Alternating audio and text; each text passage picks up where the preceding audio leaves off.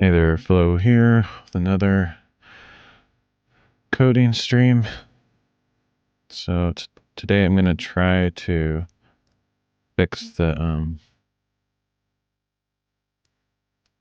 get this volume down here so I can hear myself think. I'm going to try to fix the horizontal scrolling now. We'll see how far I can get. And that'll just be my little goal for this stream. Nothing huge, but that's what I'll attempt. And thanks for the lemon, Leo.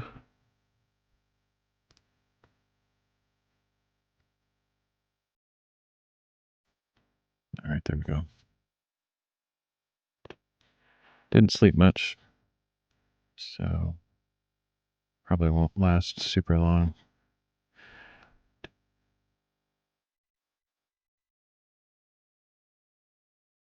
I don't know why noise isn't. I wonder if it works. I don't remember if I tested this. Yeah, for some reason, noise chat doesn't get pulled in. So I fixed some of the move transition stuff. I think it was there. I just wasn't looking in the right spot as far as like the plugins in OBS. There's like 3 places for the move plugin to show up. It's under filters. It's under something else. I don't know. Yeah, it's like in a couple different places. I was just looking in the wrong spot. Okay, so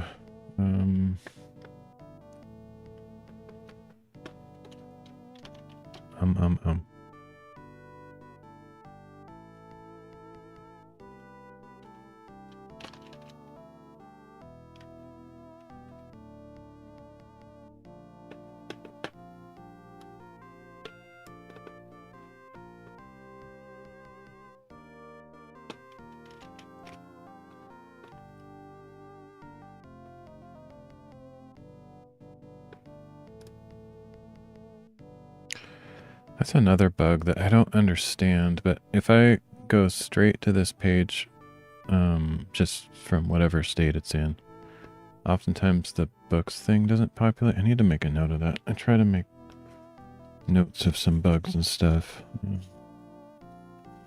I should be writing some of these on GitHub or something, but I'm not really invested in the GitHub ecosystem. It's not really my thing. Okay, first page load after opening browser books list might be empty. There's just like a million of these stupid little bugs that I have to eventually try to fix, and I have no idea what causes them. So I think if I refresh, it brings in all what it needs to, and then it'll work. But for some reason, and I don't even know if it's consistent, but sometimes when I first load the page, it doesn't work. So yeah, it's just annoying. It's probably an easy fix. An easy fix for an actual talented developer. For me, probably not. But it shouldn't be too hard. Okay, so what we're going after today is when I use the mouse scroll wheel, I don't know what it's called. It's supposed to go one screen at a time, which it doesn't do that anymore. It used to. But I'm going to change that entirely, and I'm going to make it so it goes one column at a time. So in other words, if I flick the wheel, it will go like instantly to here, back and forth, and so on. So I need to do the math calculations on how wide stuff is and figure out how to do that, which I don't know how.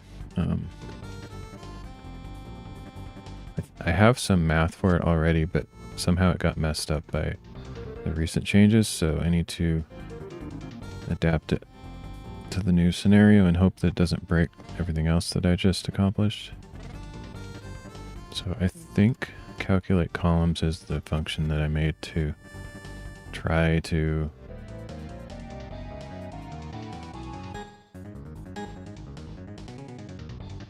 get that information, but I don't know how accurate it is, so we'll just have to do some testing here. So calculate columns, where does that call? Nowhere? I don't know.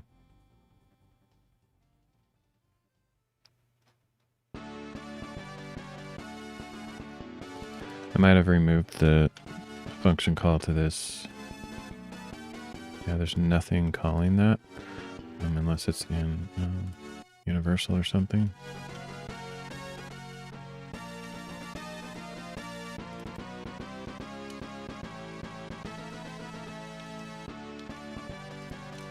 Okay, so that makes sense. Calculate columns. Container style. Get computed style. Get computed style essentially gets all of the kind of flattened measurements. In other words, so if something is like, you tell it to be 6 EM tall or something, it'll actually translate that into pixels all the way down to decimal points of pixels. And stuff like that. So that's why I'm doing that. Column width. Got a container style. Get property value. Column width. Okay, so what I want to do.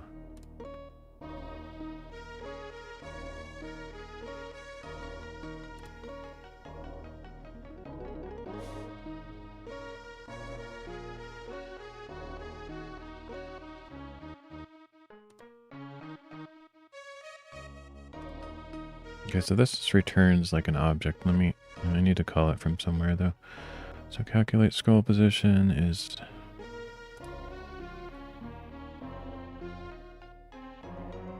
I can't remember what any of this stuff does.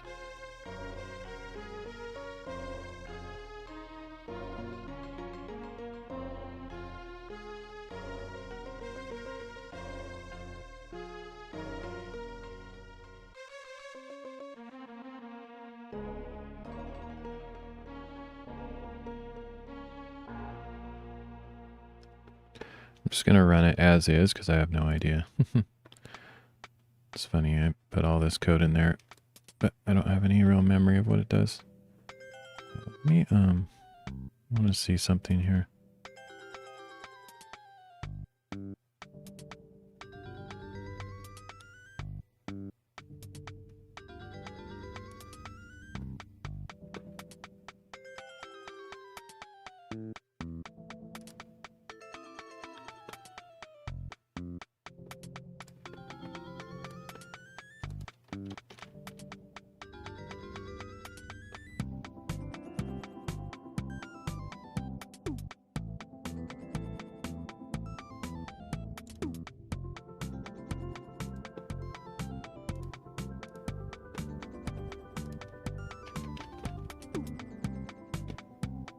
That's weird. So the sound on social stream isn't working for me right now.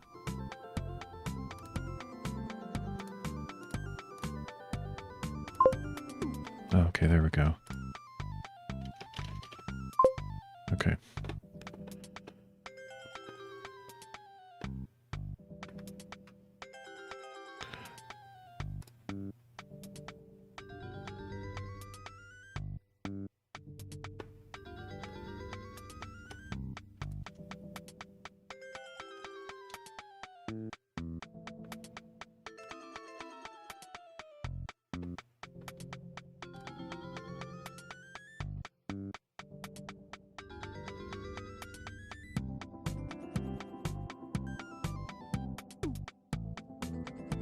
Okay, so I'm not going to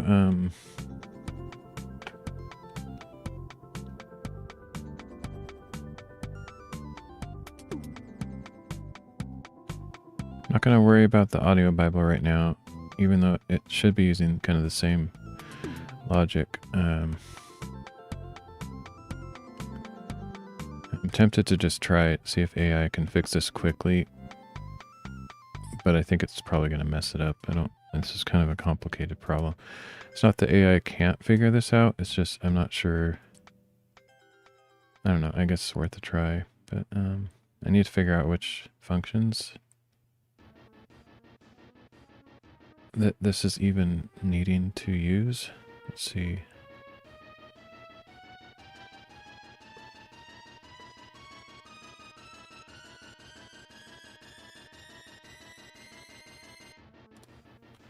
Let's change the name of this scroll.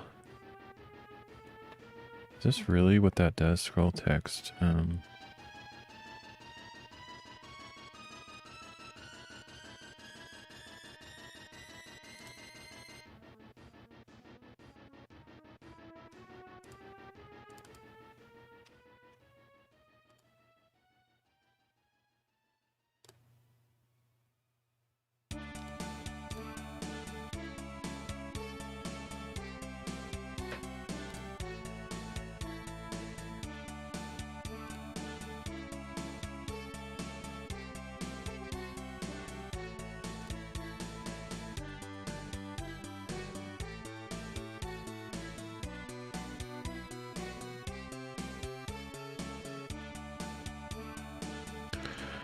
Oh, man, I don't like programming. Let's see.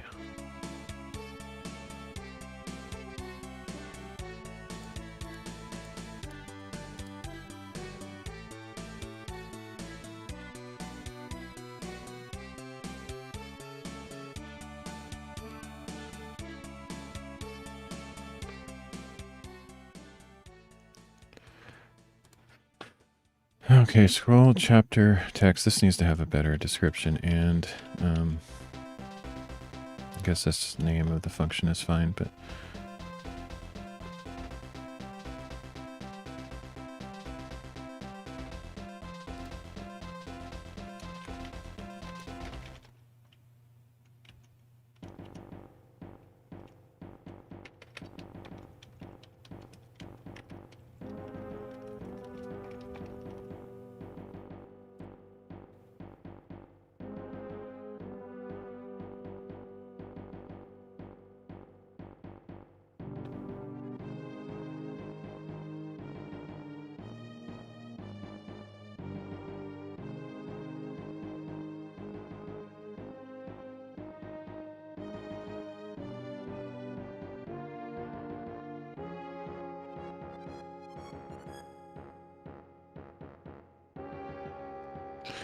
so did I already forgot. Did I already find out this isn't being called from anything?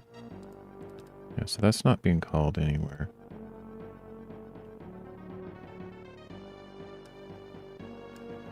I'm going to just give myself a little bit of a benefit here, or a cheat code. I don't know. I could figure this out, but I don't want to. Let's see if AI can figure it out, because I'm dumb. Bing.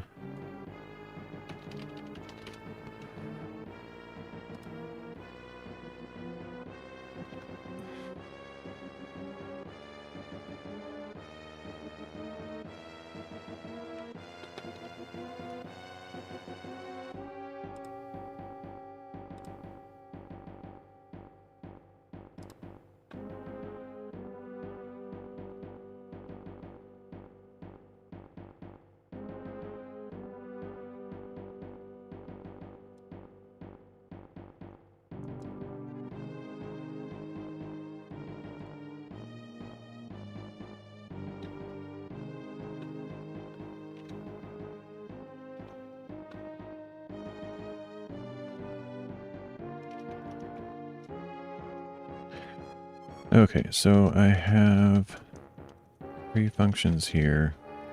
My brain isn't working right now. The general idea is that when I call scroll text or scroll text right, it will figure out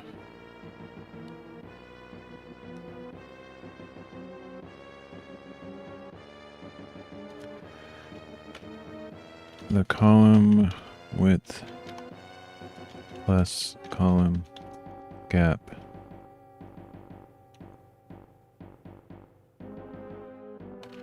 based on CSS rules shown below.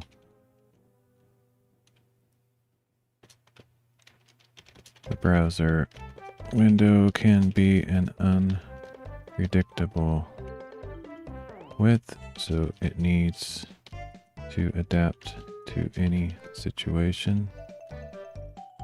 Over 768 pixels wide.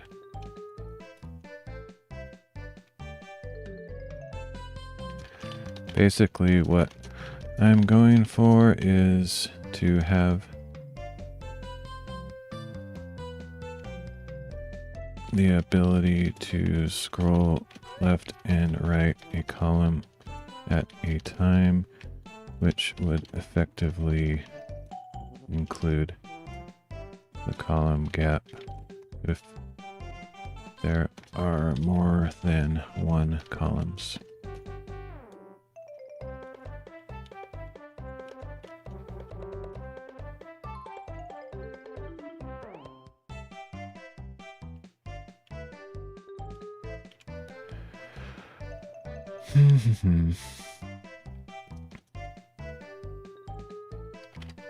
I don't even think calculate columns is being called in my code currently. Perhaps it could be combined.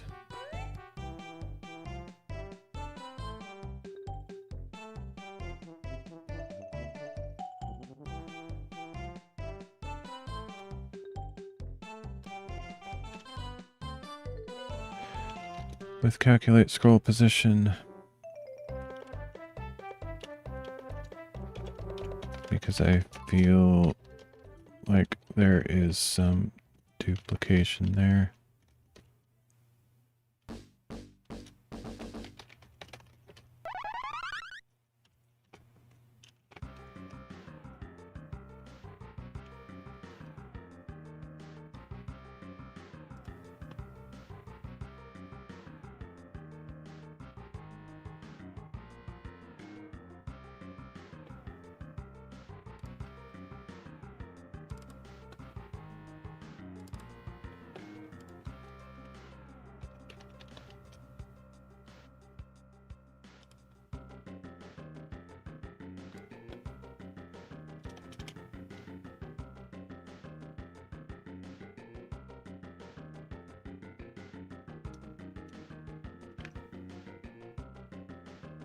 So I'm just going to provide it the CSS that I have applying to the container.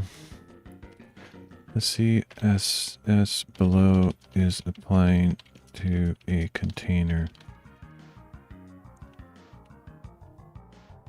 that is the same container called pane 1.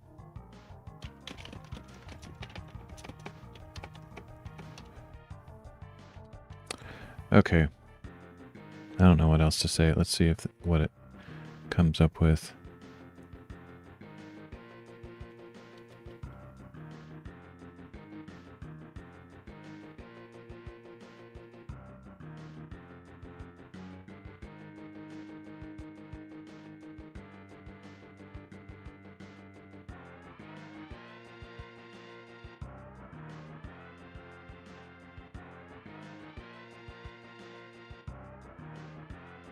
Yeah, we'll just see what happens.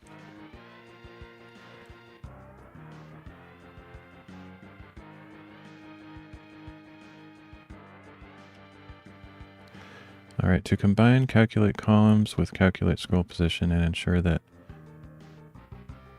you calculate column width plus column gap, we can merge the calculations into a single function that returns both the number of columns and the scroll position. Here's an improved version of your script. Okay.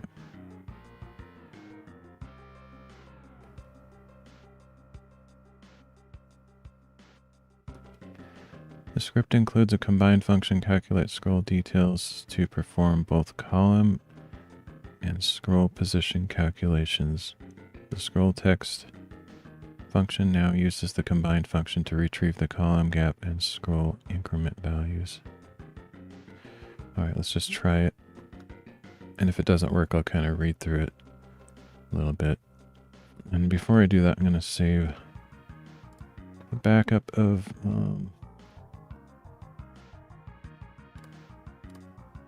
this file so I can go back to it in case I royally mess this up.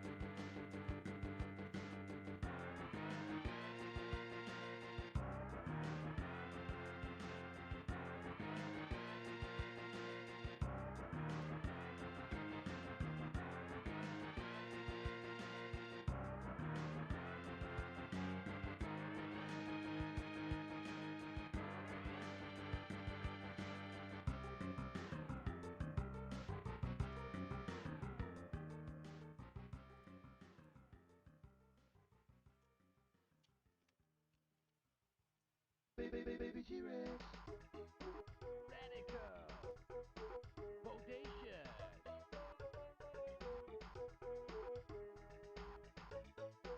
excellent, legendary.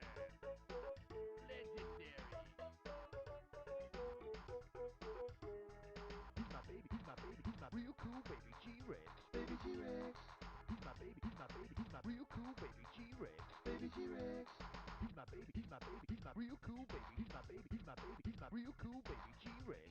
He's my real cool baby T-Rex. Baby T-Rex, baby T-Rex, Ryurango, bodacious,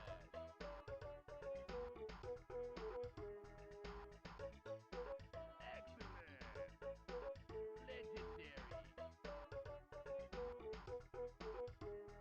He's my baby, he's my baby, he's my real cool baby T-Rex. Baby T-Rex, he's my baby, he's my baby, he's my real cool baby T-Rex. Baby T-Rex, he's my baby, he's my baby, he's my real cool baby, he's my baby, Okay. he's my real cool baby T-Rex.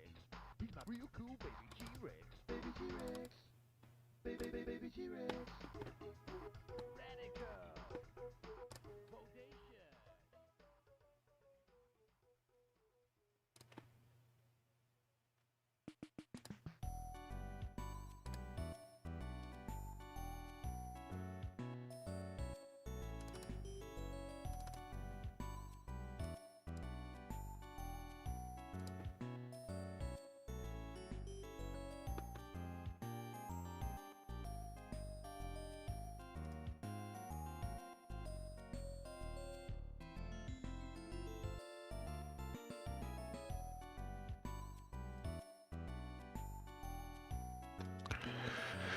So, I already forgot what functions I gave it, so let's look at that.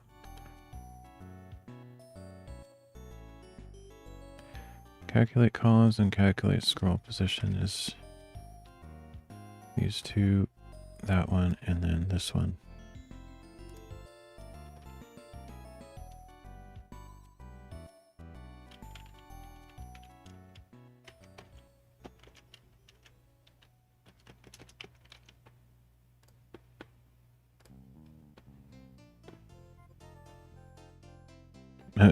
It would blow my mind if this actually just works without any kind of fixing anything, but you never know. It's possible. That would be crazy. Okay, so let's save a backup of this just for fun.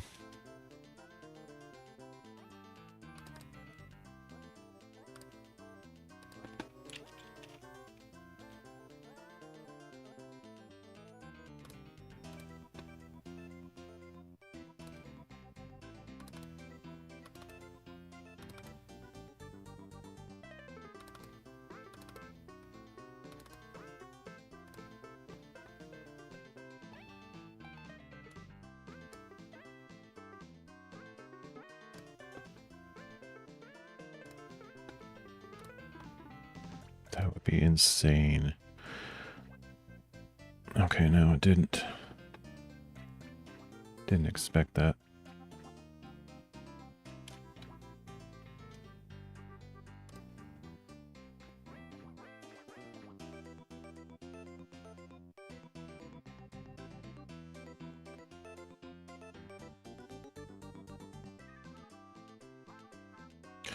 Okay, I'm gonna give it some trickery. I mean, give it some information.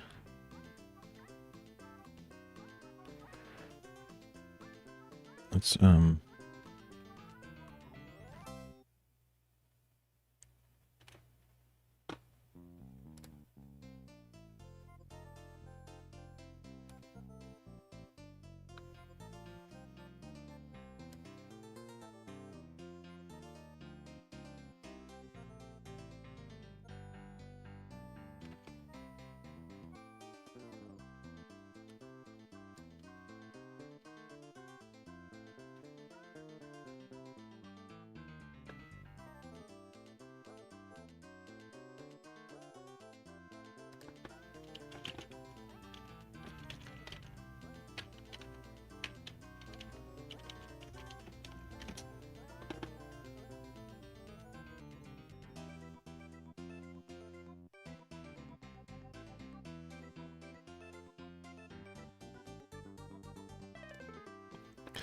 okay, I want to see. I'm not going to give it anything else. I just want to give it a screenshot and see like if it can figure out anything different. Sometimes this actually works. No, I have to log in. That's annoying.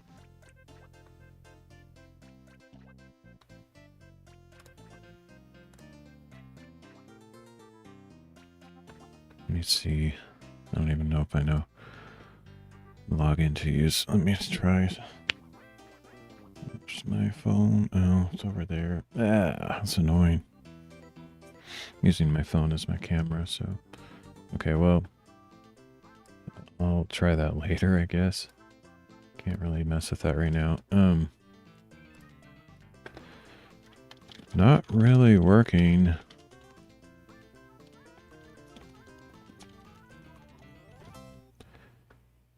Let's see.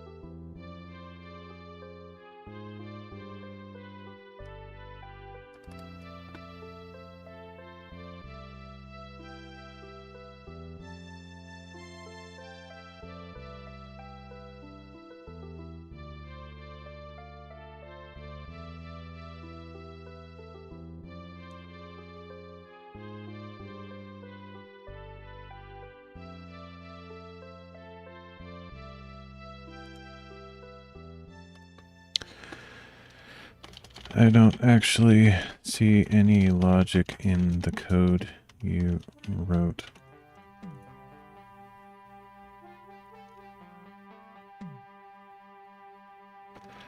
I'm sure you understand how CSS columns work.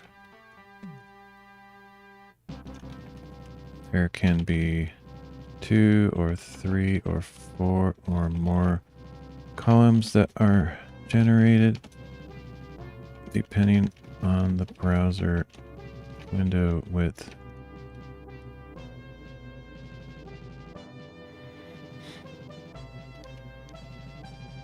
I need a function that scrolls left or right 1 column's worth of width. So if there are 2 columns currently, that would be approximately half of the width plus the column gap. If there are 3 columns, it would be 1/3 plus the column gap and so on. Might try this calculation myself if you can't help with it.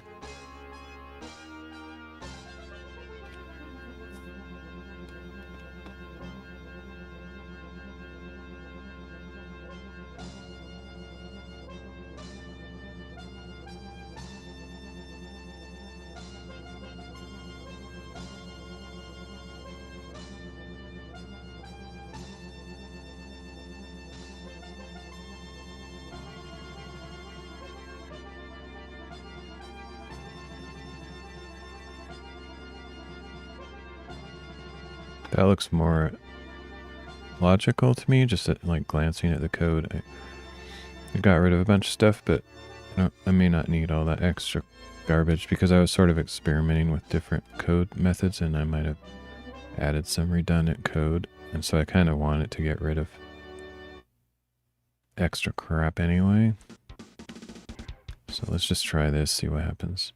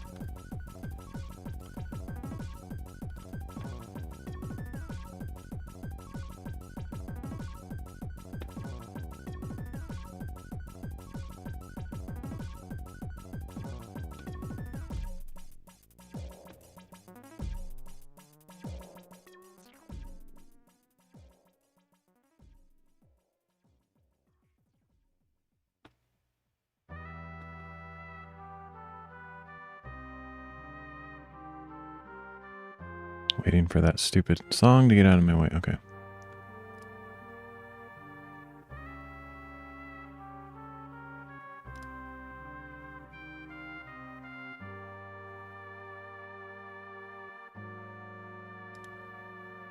So that's scrolling 2 columns at a time for some reason, so it's closer.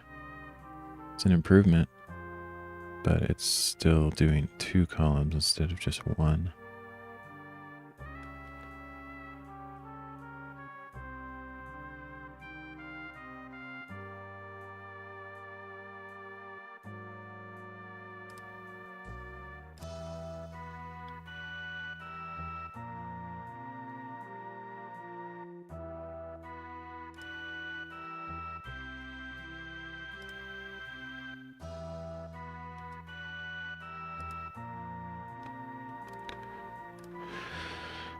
Okay, that's closer, but it is doing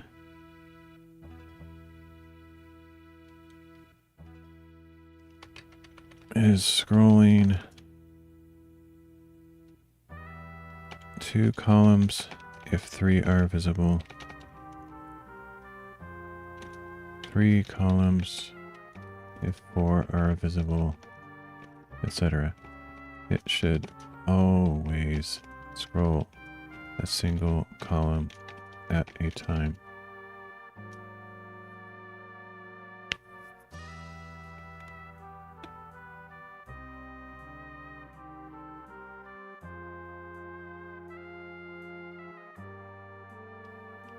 This revision calculates the scroll increment based on a single column's width plus the column gap and ensures that the container scrolls exactly one column at a time.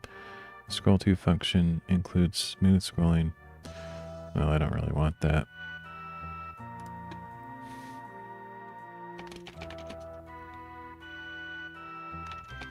I want instant scrolling behavior, not smooth, not auto.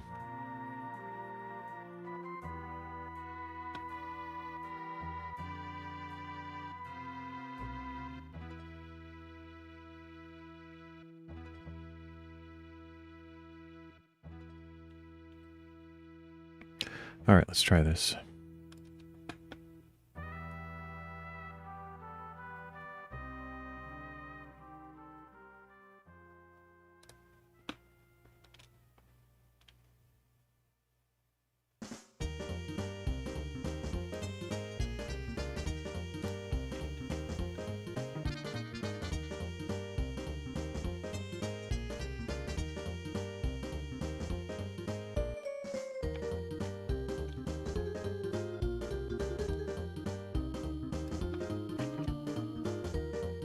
I like that it's actually making the code smaller. It's just, the smaller the code is, the more elegant and concise and easier to understand it is. So I don't really want a bunch of extra stuff. Sometimes it's nice to have the extra stuff so that the functions can be used for different purposes, but at this point I just want it to be very concise.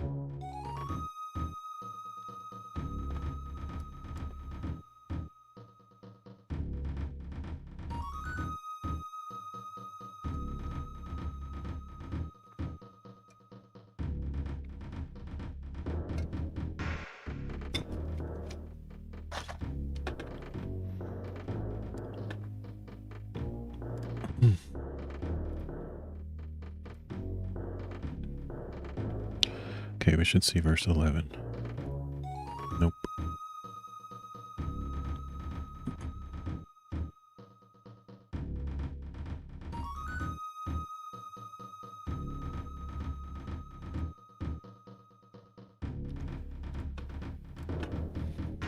Not working. It scrolls about 1.5 columns or so.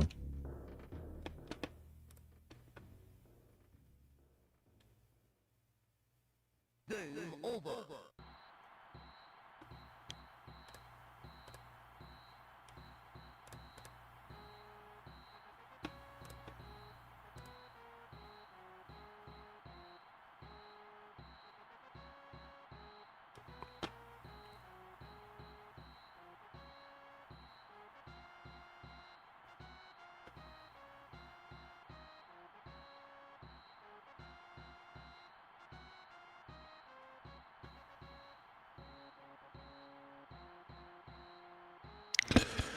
Can you insert containers inside pane 1 that are absolutely positioned with CSS to give them top 200 pixels, and left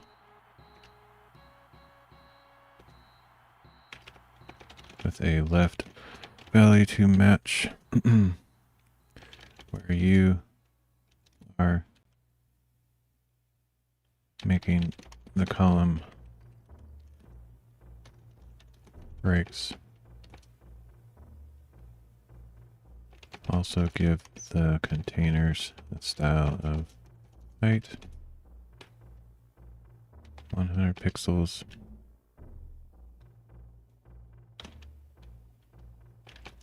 and width of the column plus gap that you are calculating.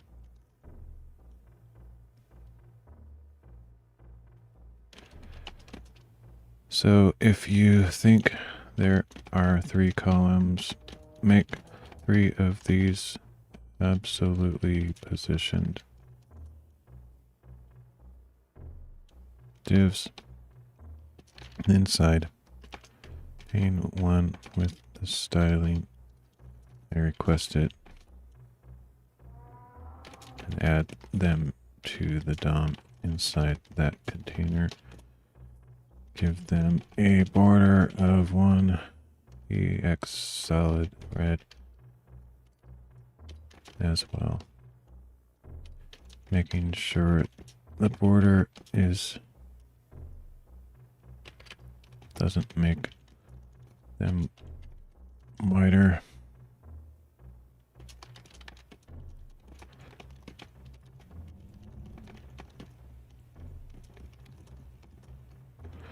Okay, so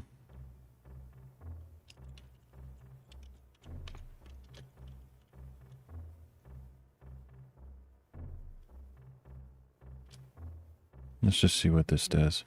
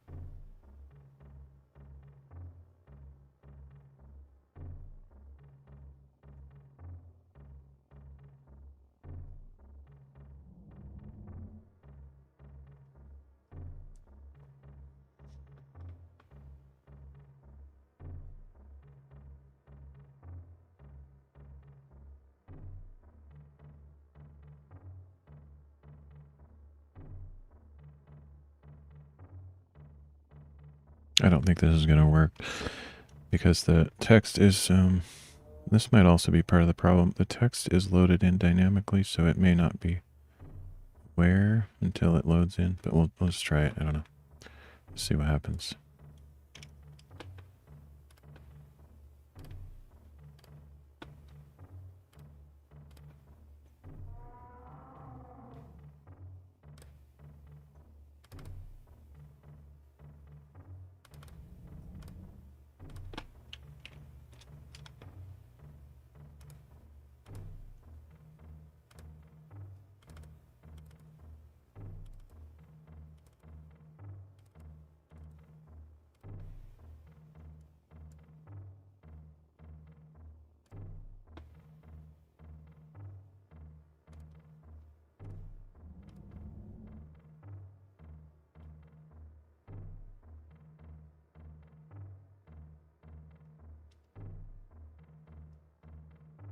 They're behind that, so I just need to change the z-index.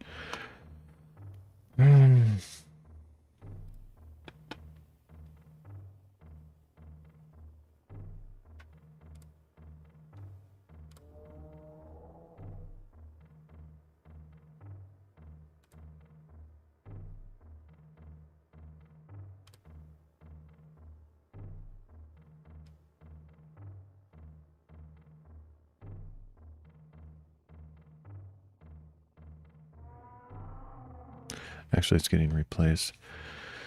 Let's see.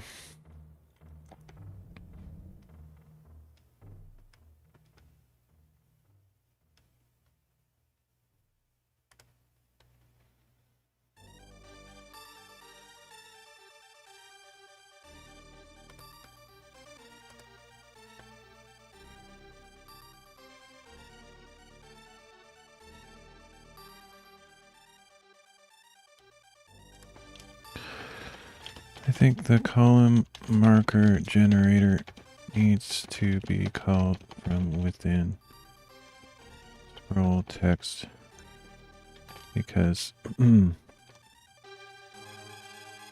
contents of pane 1 are replaced on page load.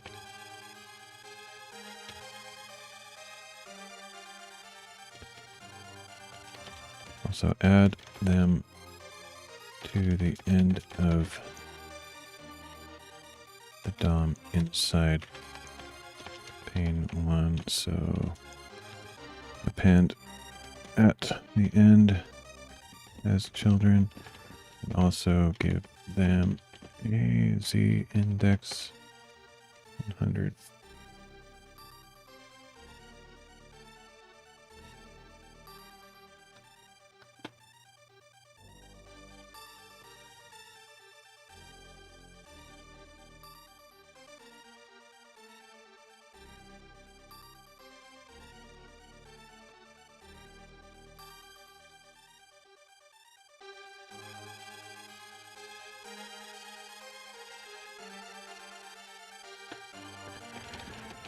And adding the markers to the DOM, remove previous markers. So give them a style of,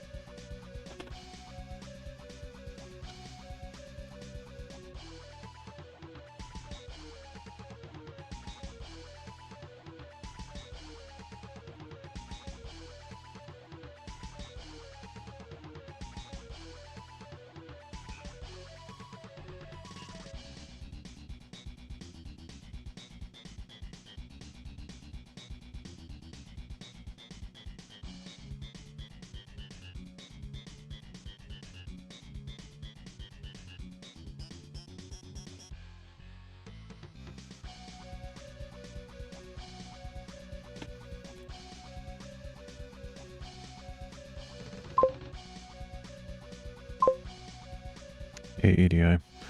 Okay, so those red markers are what it thinks the column widths are, I think, theoretically.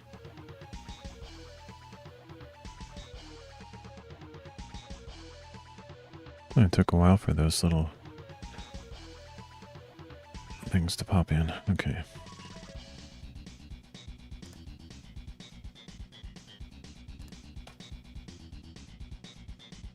That's weird.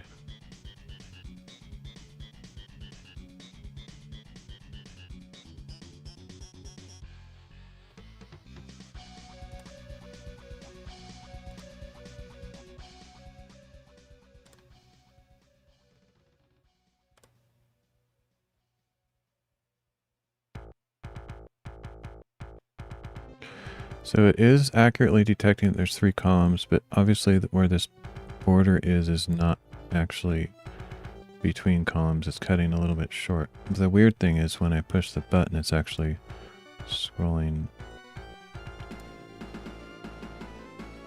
2 of those. So where the position of this is like quite a bit to the left of this 25. Let's compare that visually. Yeah, so it's scrolling exactly two columns at a time for some reason. But also the columns are too small. So what I'm seeing with these red outline, red bordered boxes is that the columns are too small. And each time I call scroll text or scroll text right, it is jumping two of those columns worth of width instead of just one like I want. And since the columns are being calculated too small,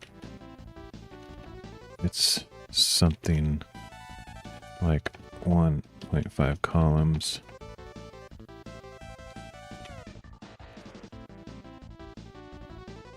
Very, what's the word?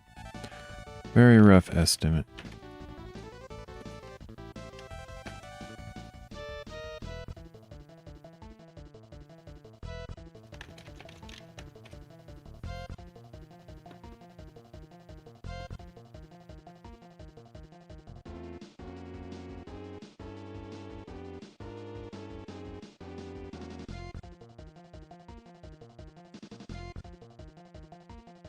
I don't think that's going to make any difference based on what it said that it did.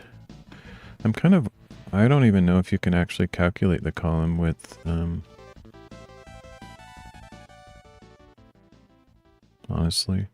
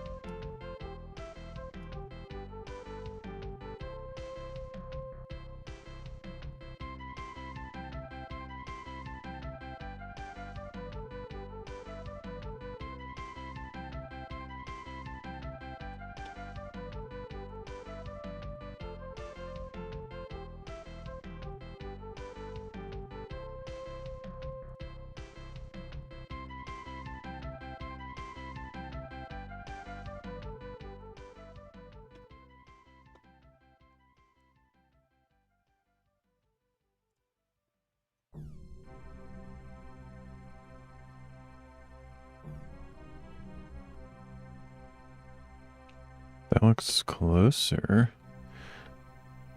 Maybe.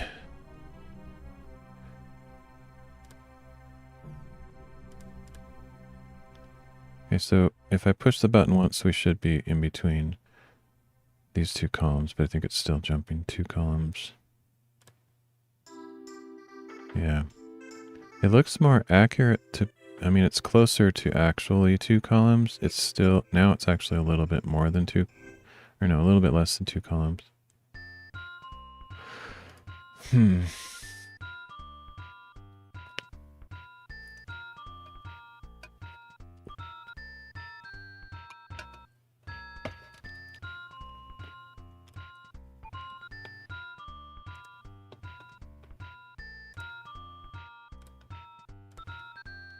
Okay, so every time scroll text is called console log the column width column gap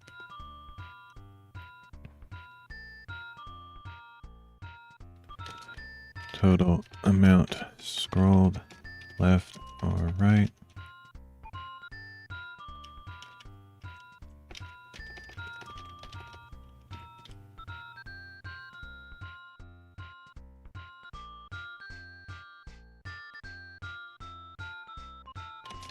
and window width.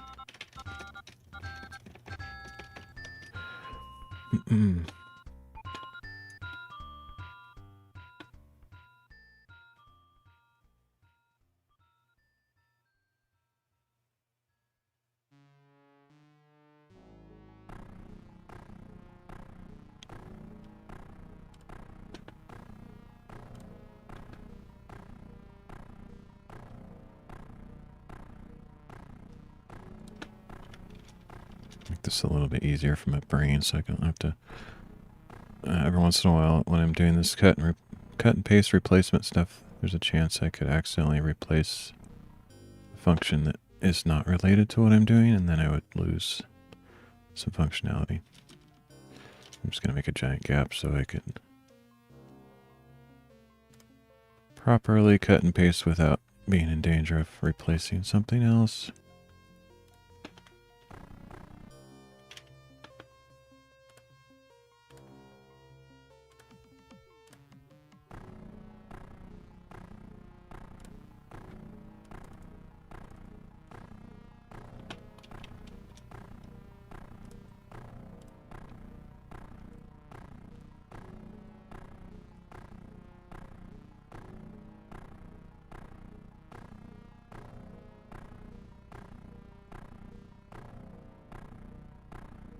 I think I'm going to have to do this myself and not use AI on it, but I'm kind of hoping it'll work, but I doubt it.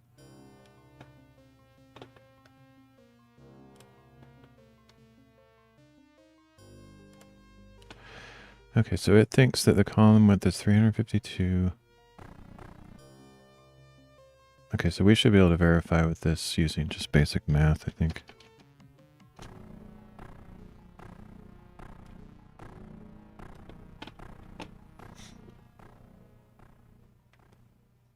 $352 plus 52.8 plus 352 plus 52.8 plus 352, 1,161.6.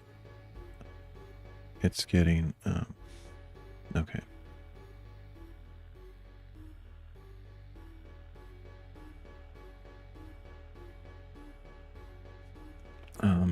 352 plus 52.8 is 404.8. So it is scrolling 404.8 as it should according to its own incorrect calculations. But actually, let me see.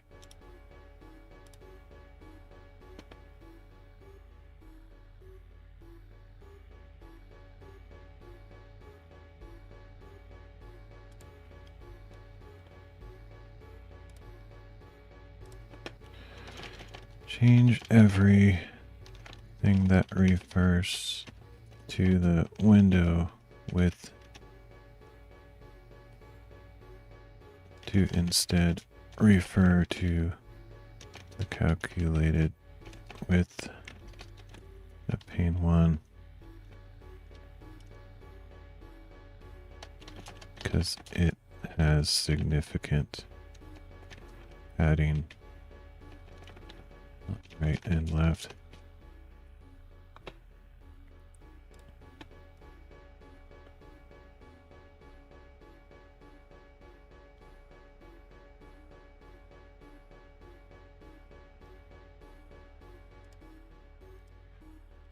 I'm also curious why those, if those markers are inside pane 1, which starts here, why is it,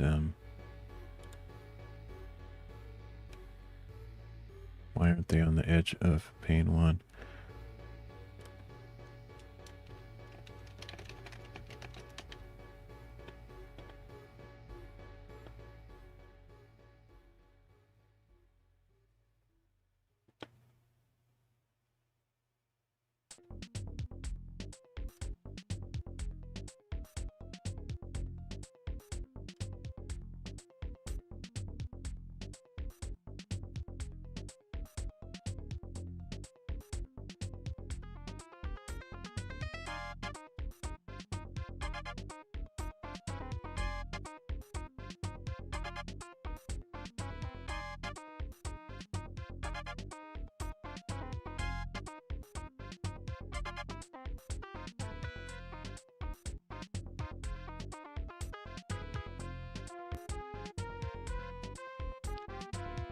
Make it so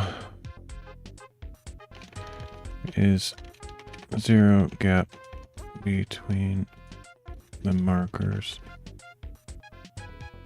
So the left border of second one should overlap the right border of the first.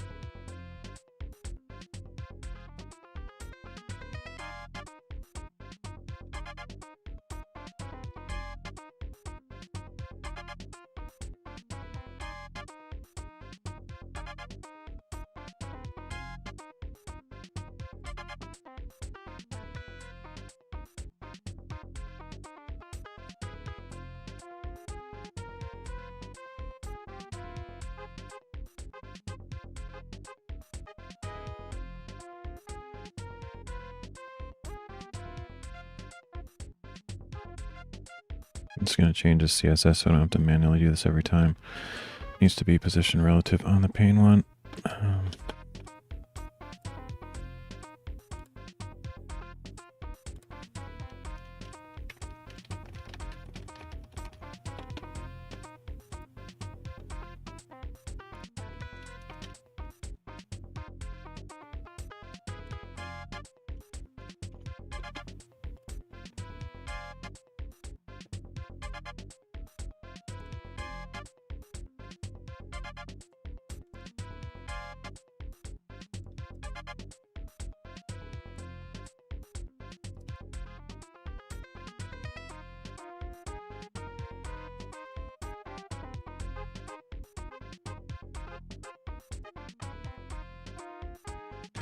Okay, so for some reason it's not calculating the width of these columns properly.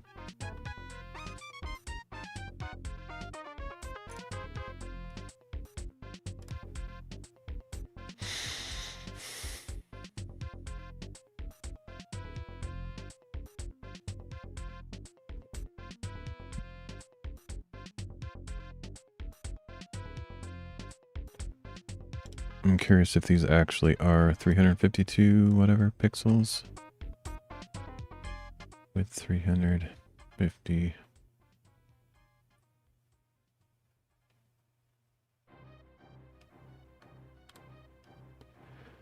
Okay, so the pane width is what?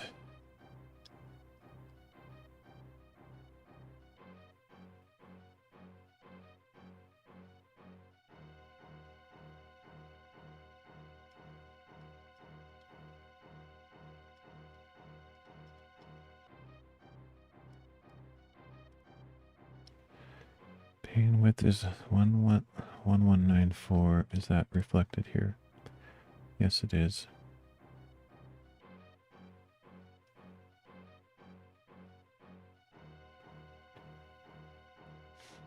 Problem with CSS is it's a little bit cryptic and hard to calculate. So when you have stuff like auto, like I have CSS for the columns.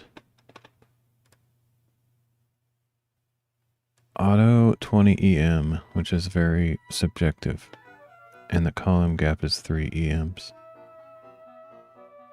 So it's all proportional scaling stuff. And it's hard to know like how many pixels that is. So I'm trusting that it's doing the proper thing and taking the actual calculations of things, but I don't even know how to get the column width of a multi-column layout in CSS like that. That's part of the reason I asked AI to do it, because I actually don't. I mean, according to it, column width is the way to do it, but not actually convinced.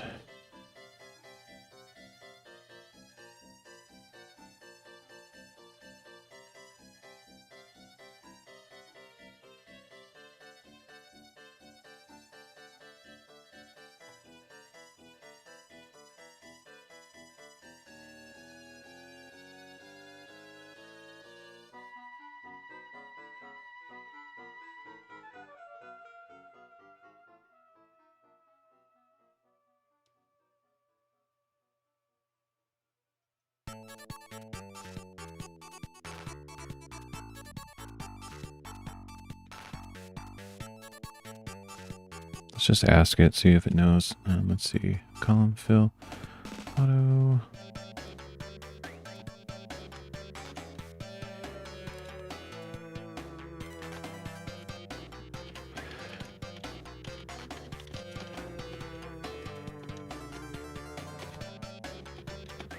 Based on this, how does the browser calculate the width of columns,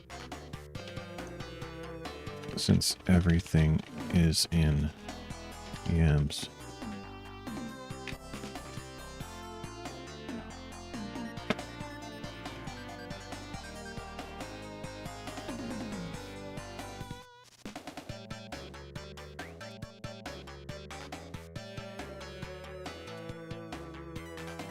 The browser will aim for each column to be at least 20 EMs wide. The actual column width may be adjusted to ensure the content fits within the container, but it will try to maintain at least 20 EMs width. Column gap property specifies the gap between columns. Here it's set to 3 EMs. This value will be added to the width of the columns. Container width. The browser calculates the width of container in your case and determines how many columns of at least 20 EMs can fit within the container, taking into account the specified column gap of 3 EMs between each column. Calculating the number of columns, the browser starts by calculating how many columns of 20 EMs can fit.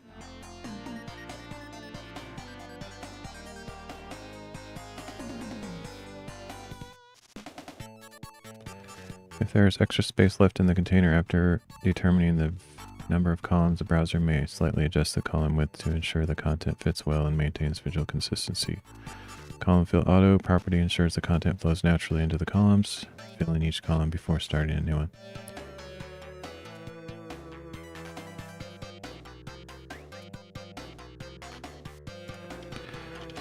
So when you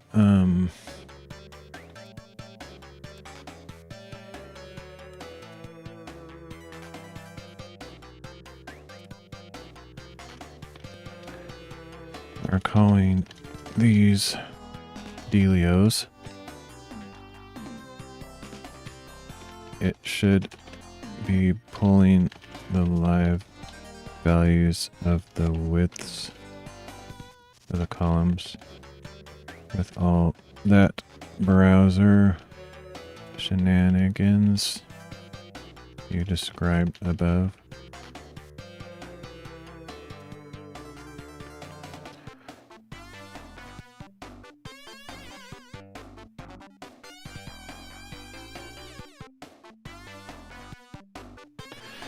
Does the column width include the gap, or is the gap taken out? I don't even know how to phrase that. Or is the gap added between the calculated widths to get the final rendering?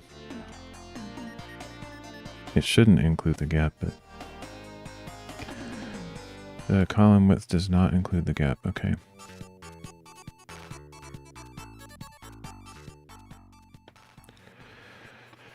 That's what I thought, but something that it said it was adding it, and that didn't sound right. So it's obviously not doing it right though.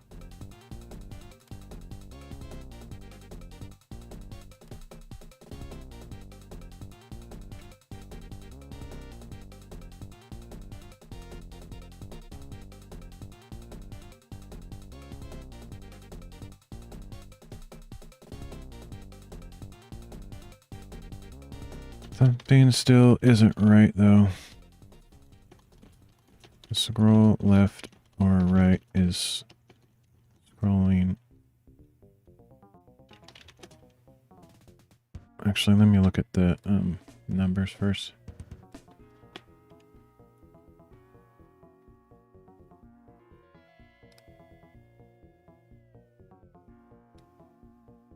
I'm just going to feed this back into it and see if this helps.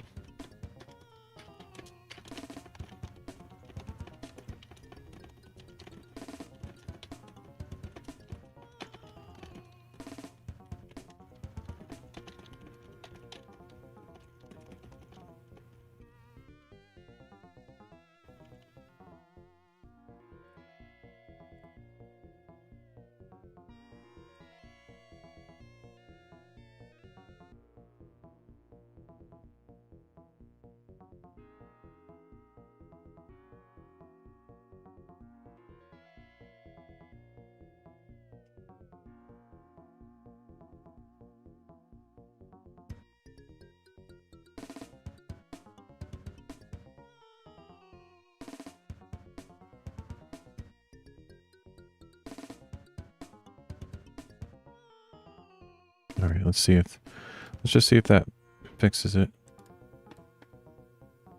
I don't really feel like reading through all the code, and I can probably fix this myself if AI doesn't catch it, but I want to give it a fighting chance, because the closer it gets to being accurate, the less I have to do with my stupid brain that doesn't do this kind of math very well. So I just want to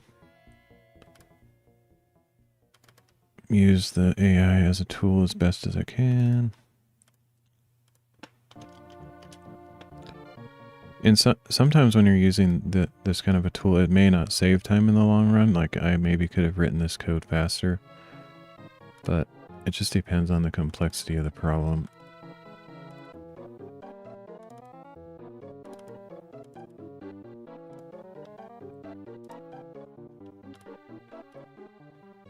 Oops, I didn't upload that change. It's possible I didn't upload the last change either. I don't know. That'd be funny. That is possible.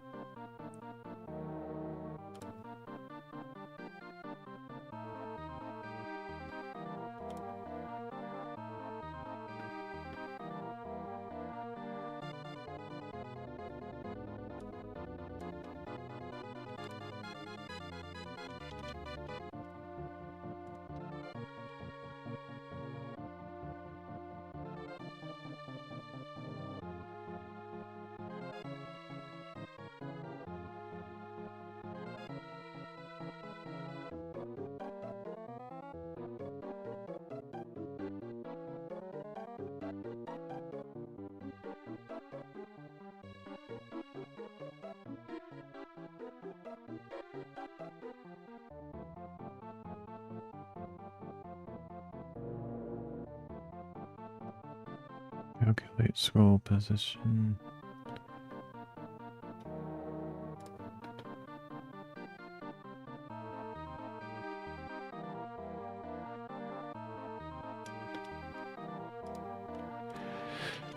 We don't need it. You renamed that combination to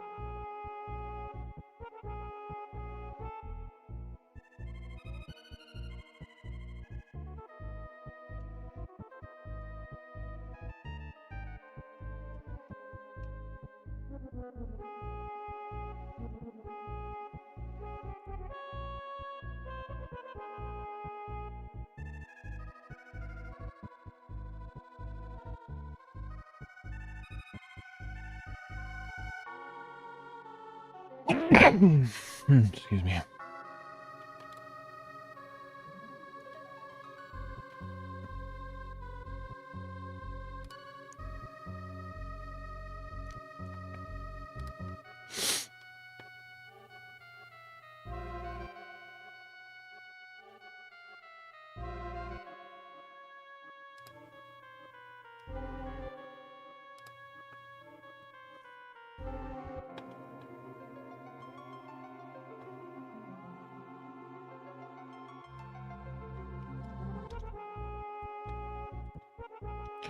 Nope.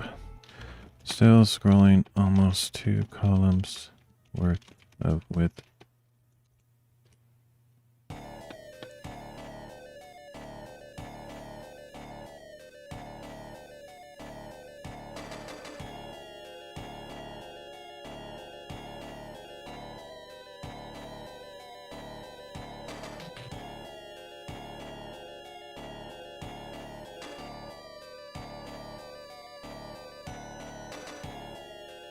Okay, combined with the plus the gap. That's what I was wanting to do the whole time, but apparently. I don't know if it was or not, but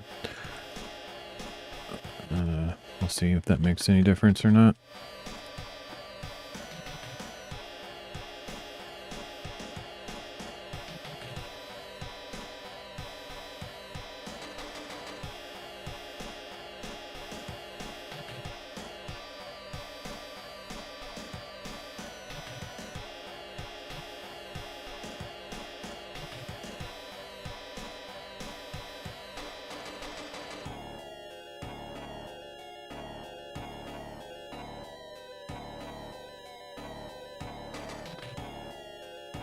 Also, that function shouldn't have been there.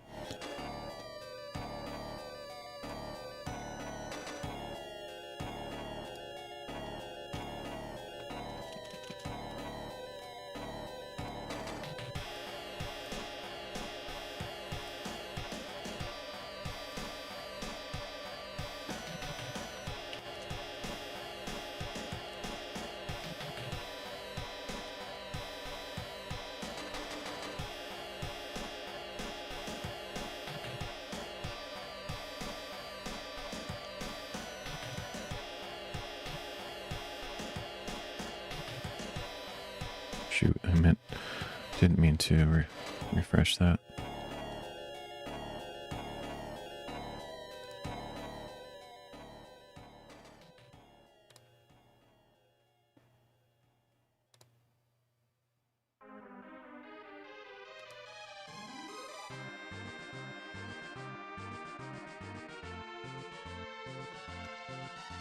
It's still jumping 2 columns at a time.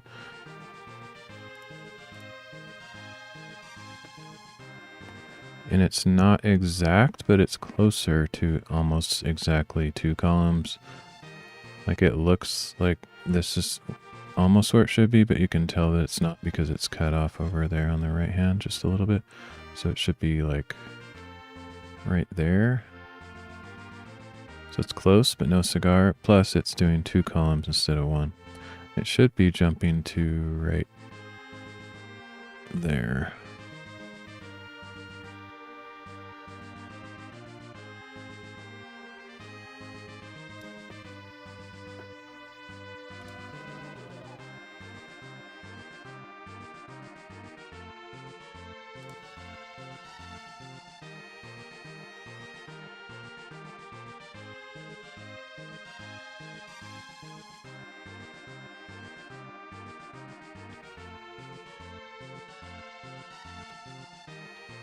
Maybe my, I don't think my button would be calling it twice, but maybe there's 2 event listeners on this or something.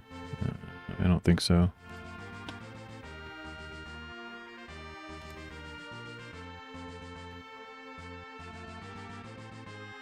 I mean, there's multiple event listeners, but they're not, let's see, 1390.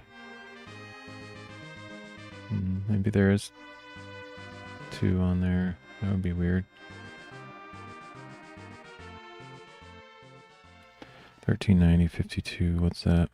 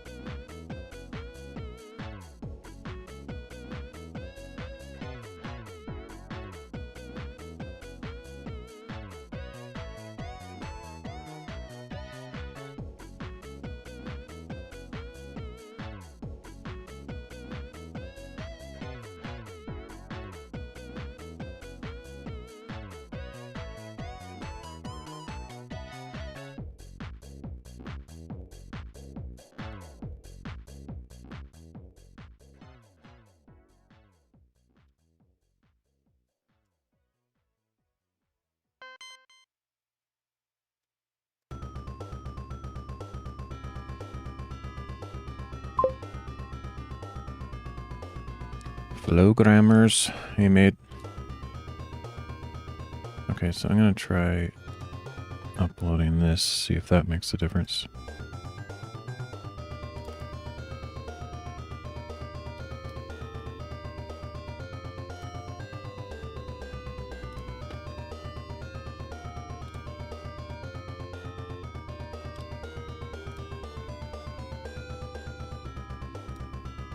Okay, so now there's only one event. That might actually fix it. I don't really understand what was going on there, but I just had a hunch. So we'll see if that makes a difference.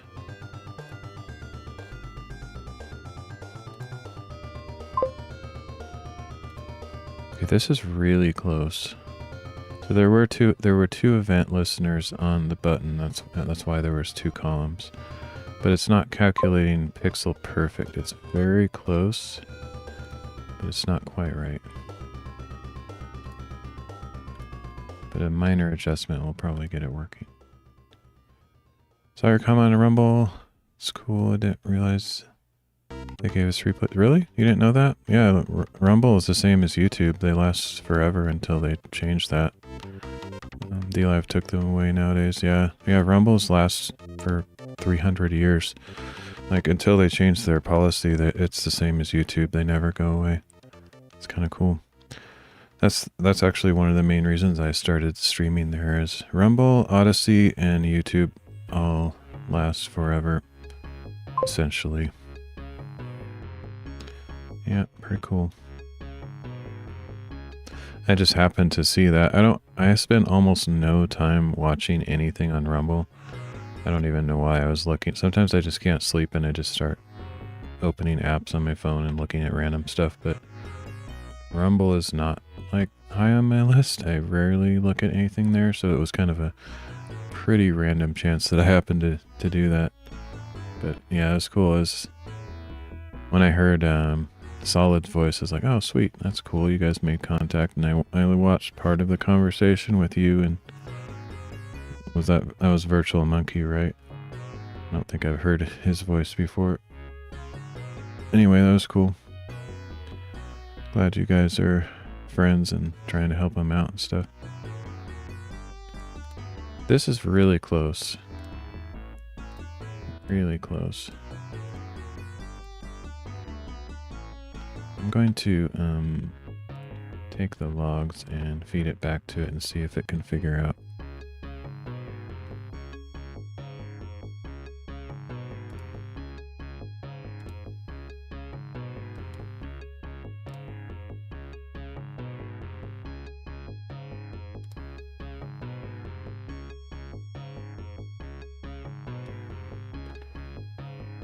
it should be able to figure this out. I think this is so close to working. Very, very, very close. It's like, it's within 30 pixels because it should be landing, or no, that's not right. I don't know, doesn't matter. It's within 11, it should be landing exactly on 1194, I think. If my thoughts on this are right, and it's landing on 1214, so maybe that it's like a very small percentage off. This is really close. A few pixels. I realized that somehow I had 2 event listeners on my buttons that call scroll text. So I resolved that, and now it is super close to being spot on the edge of columns on each function call. Take a look at these logs and see if you can calculate how much it is off and figure out where the discrepancy is in your calculations.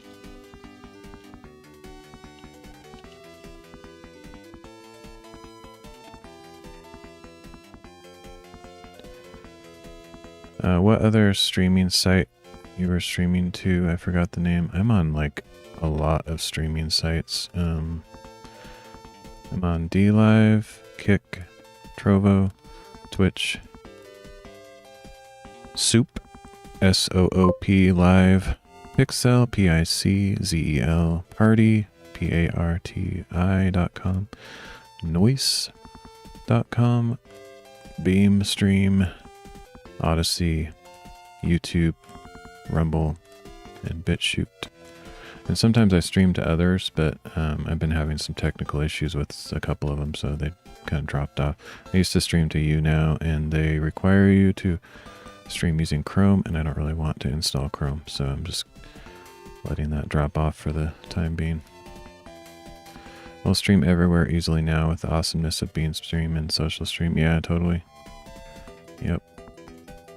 I'm actually using the multi-RTMP plugin for OBS because Beamstream is still not quite reliable. I'm kind of letting Gives a Minute be my beta tester. He's kind of having some issues with Beam, and so until I hear that he's like really happy with it, I'm probably not going to switch over because I don't want that kind of stress in my life.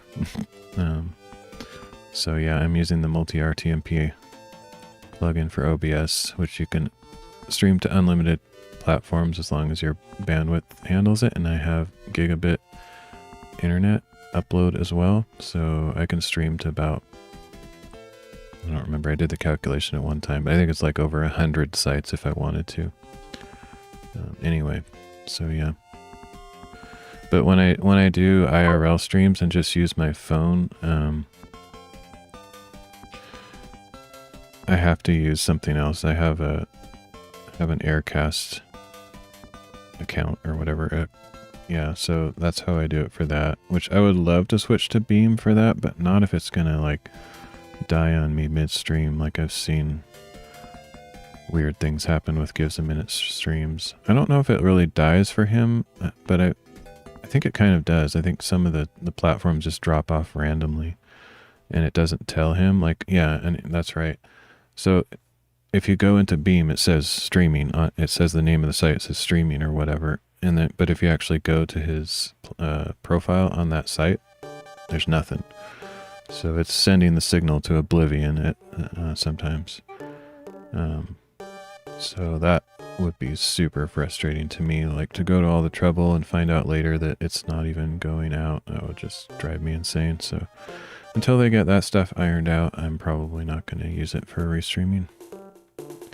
Used it all day yesterday. I had no dropouts. The quality looked great. Yeah. Well, but did you actually go to all of your platforms and check the replays?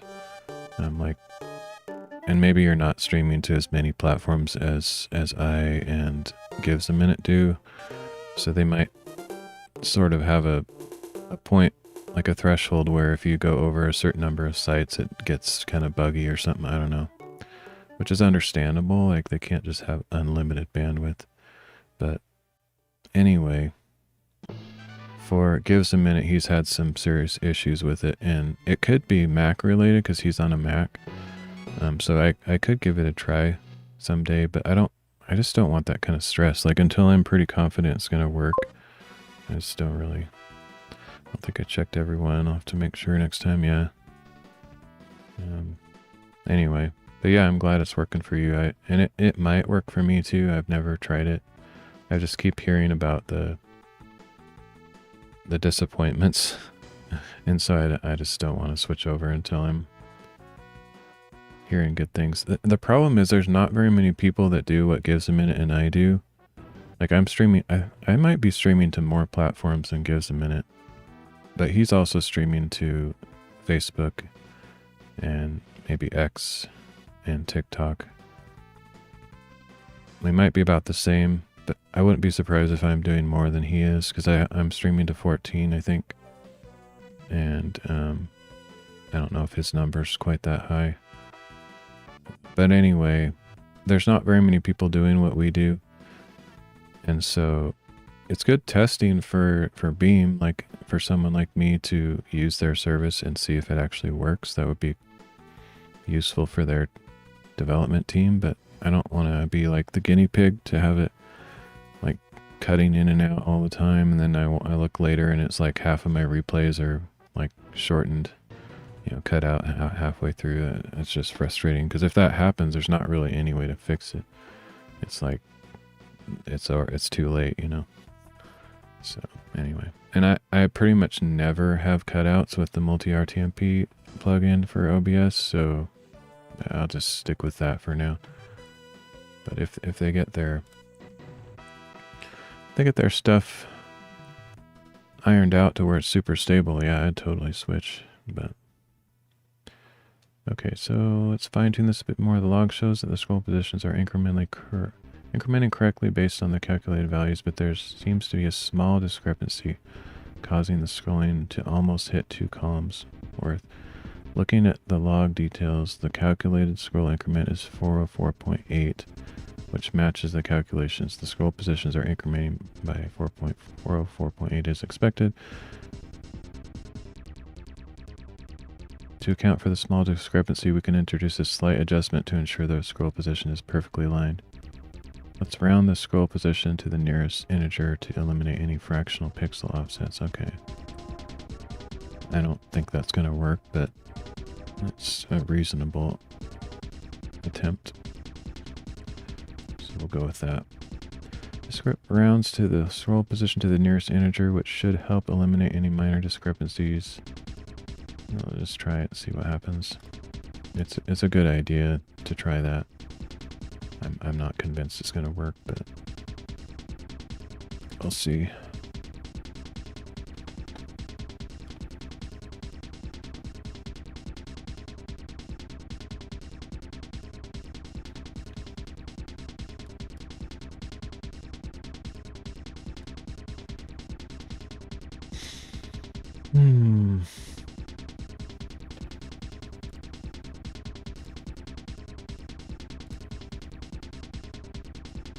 Not sure if you're still here, but how many platforms are you on? And feel free to list them if you want. I'm just kind of curious.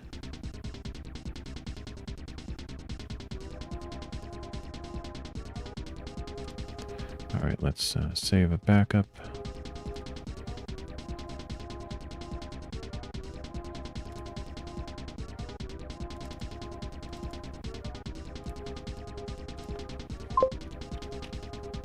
Four or five, gotcha. That's a more sane amount. I don't really know. I think it's just the fun of it.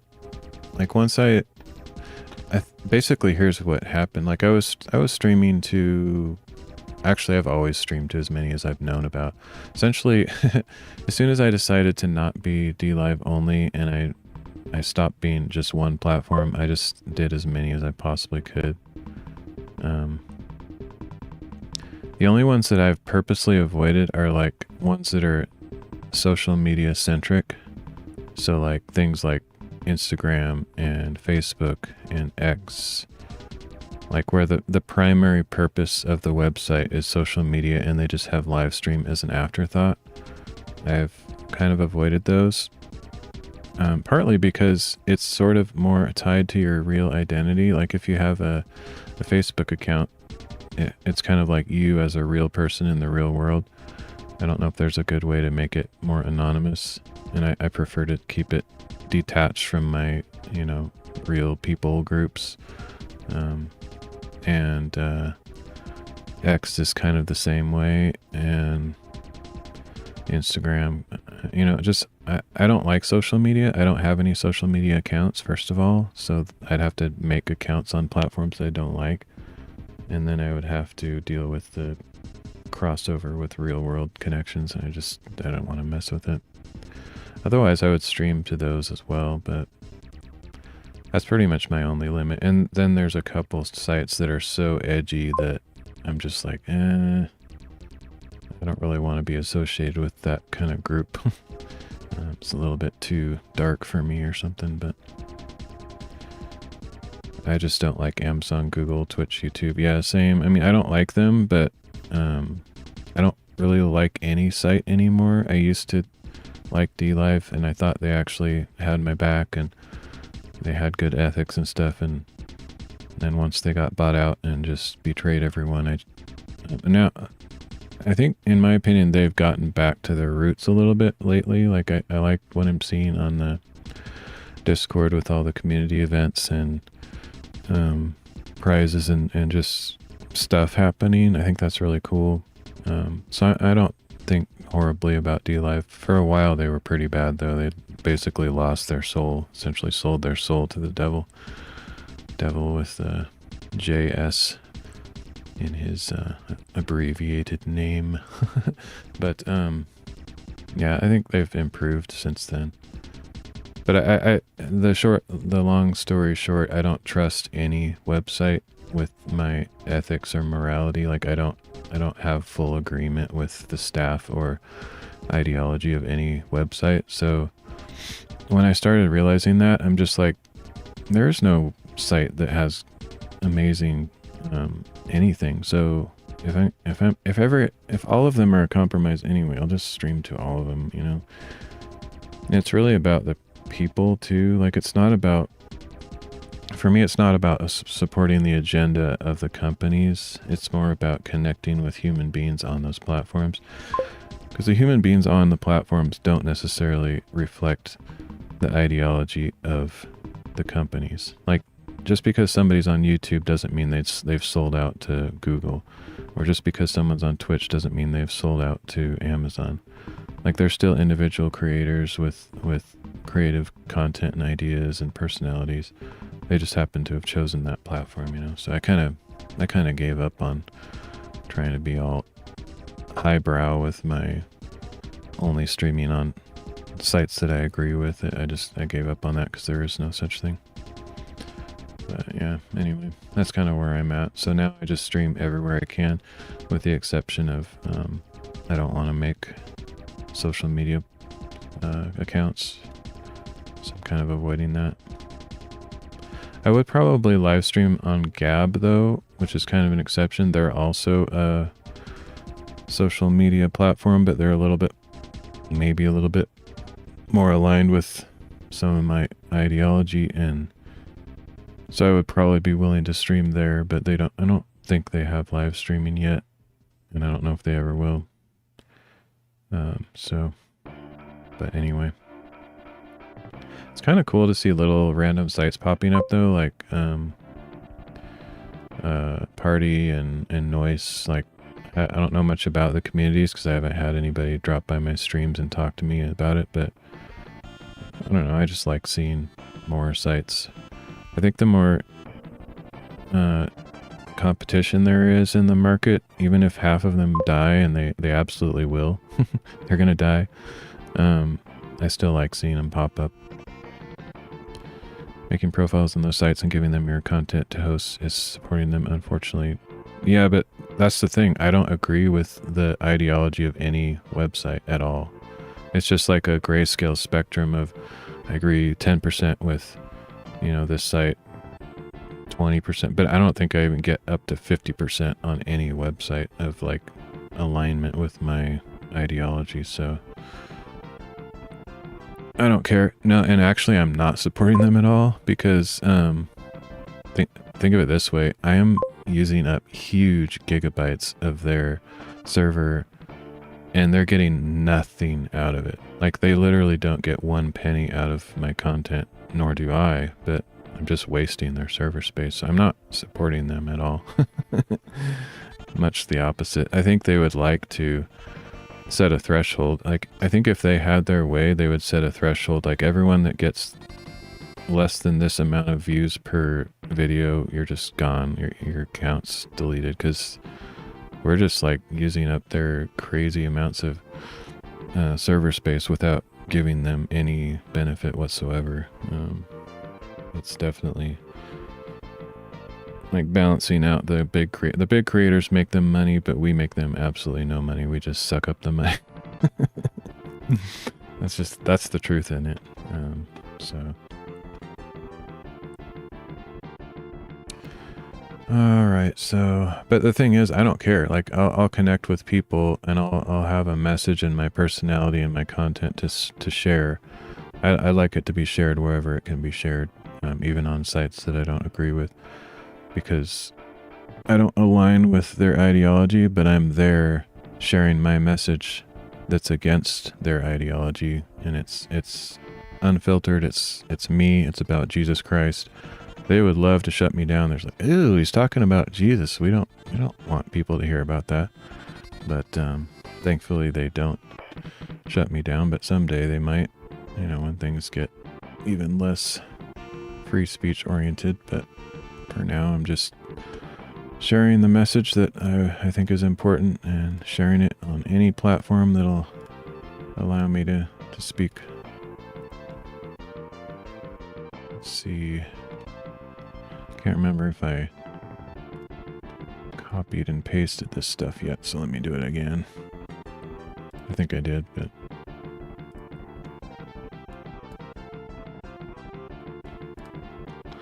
I have accounts on other platforms that I don't stream on. Like I have a Vaughn account, I have a SharePlay account.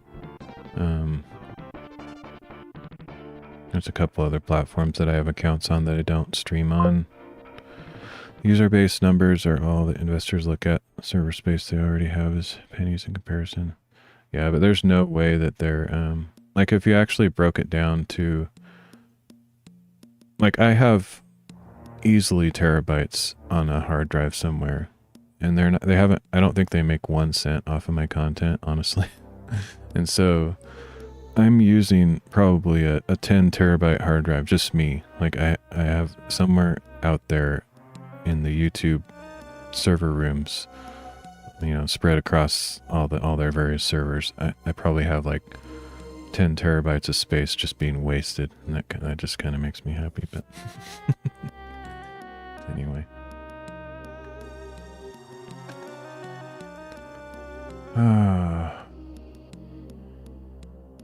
it's funny if you look at the number of views that I get on my YouTube channel. It's like, for quite a while, I got 0 views. Like maybe every 10th video had 1 view.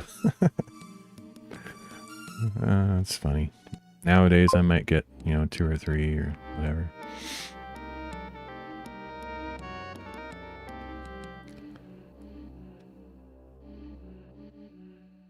Yeah, but it's not costing them pennies. Like it's costing them probably $100. Like, you know, even with all their discounts and everything, like the actual physical hardware that has to store all of my useless videos that no one watches probably costs them, you know, $50 or $100. And I've gotten 0 pennies out of it. They've gotten 0 pennies out of it. I just think it's funny.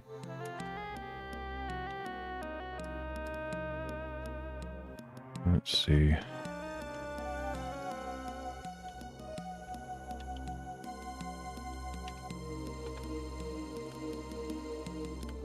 They'll probably shut us all us. They'll probably shut all us small creators down someday when they realize how not, you know, it's not profitable for them. Oh yeah, compared to the investors, yeah, sure. Yeah, I suppose that's probably true. But they're always like looking for ways to cut costs, and so typically that's going to involve punishing small creators or creators that they don't agree with, you know, whatever. So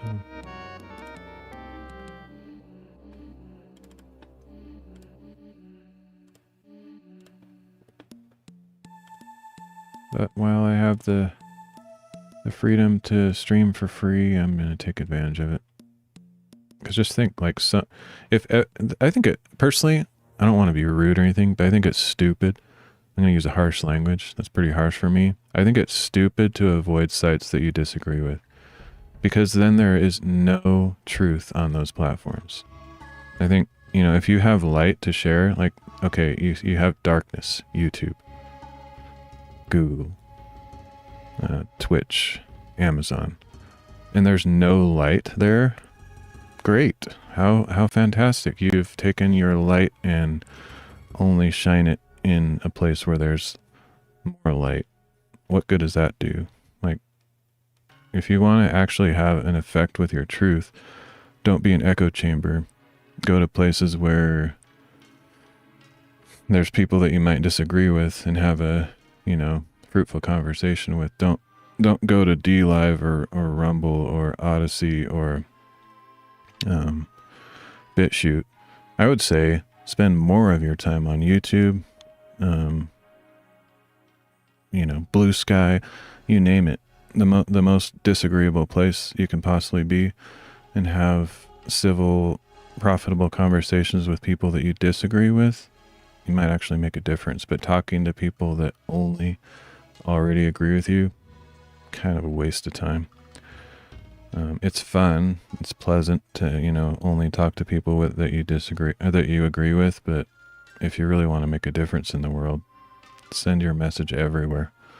That's how I think. Send it everywhere you possibly can.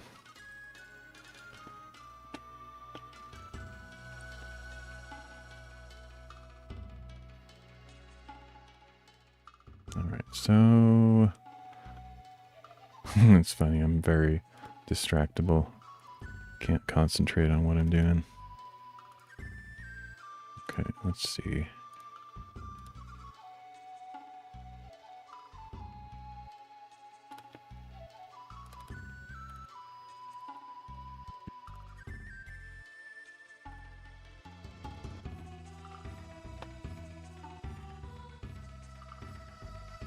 That's weird. How did I get outside of this? Been banned from Twitch and YouTube? Gotcha. Yeah, well, I know you are more edgy with your content and like to say buzzwords. I stay away from that stuff because, well, I don't actually agree with that stuff. But also I see no reason. I don't consider it a badge of honor to like just get banned places. I figure the longer I can stay in a place and spread life and truth, the better. So I don't make it a point of trying to get banned everywhere. Okay, so this is still not working. It's how about I'm not actually reading the code you write. So tell me how you are rounding numbers. They are getting too big, so maybe do floor instead of seal, for example. But I think it is scrolling more than just 1 pixel too much, because after a couple columns of scrolling,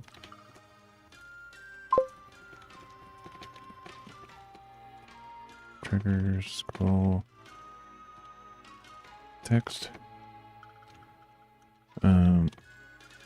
It starts getting cut off on the right hand side. I agree. Their obsession with copyright spots and reporting is what got me. I agree. I 100% agree with you. Like, I actually stopped, like, I mean, I've told this story and you might remember it if you've been around, but I started streaming on YouTube because I just didn't know any other places to stream, and I wanted to do my piano playing thing.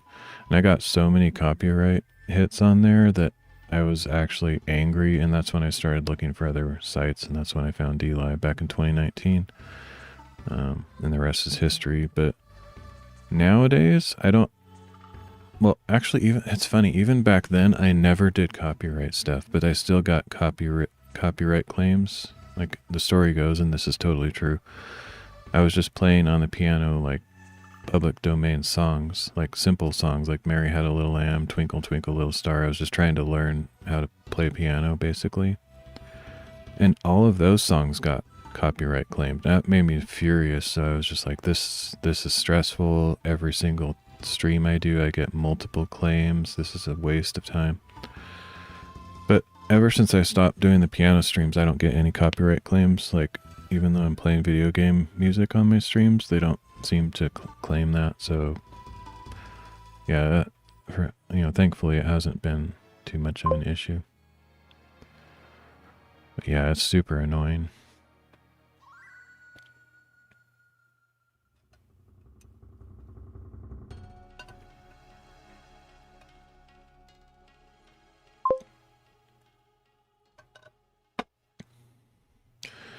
They flag things no one even cares about. I know.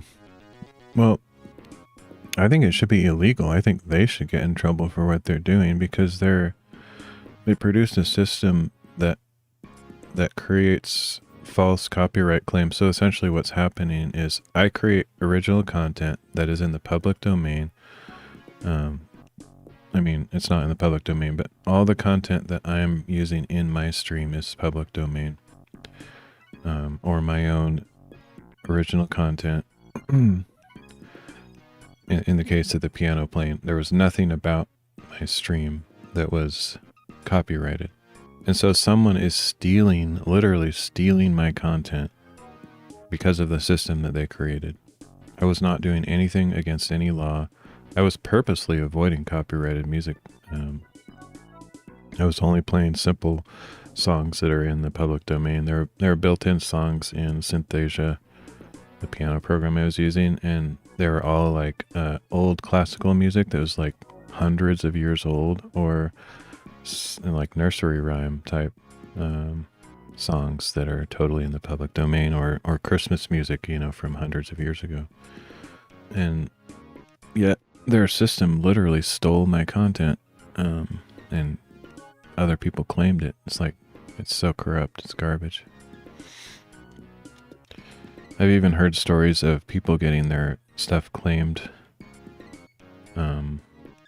for sound effects. Like, I think an example was somebody had a sound that happened in their live stream of a wolf crying at the moon or something like that, and YouTube picked up on it and claimed it because it matched sort of similar to the sound in some, copywritten work, like maybe it was a Hollywood collection of sound effects that you have to purchase or something. But whatever it was, it's stupid. It's like, I don't know, I hate it, but yeah, nothing you can do about it.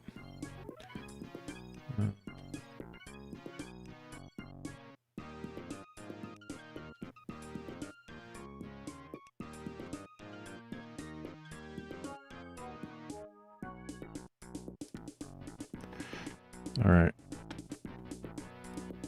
I don't think this is going to fix it, but...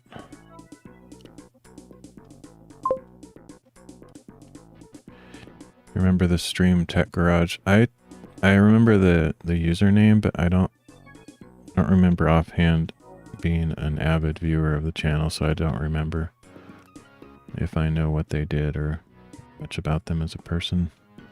But the username sounds familiar. I may or may not have watched them. He streamed public domain cartoons from the 1920s and still got flagged. Okay, yeah, I think I have watched some of that. Yeah, that's crazy.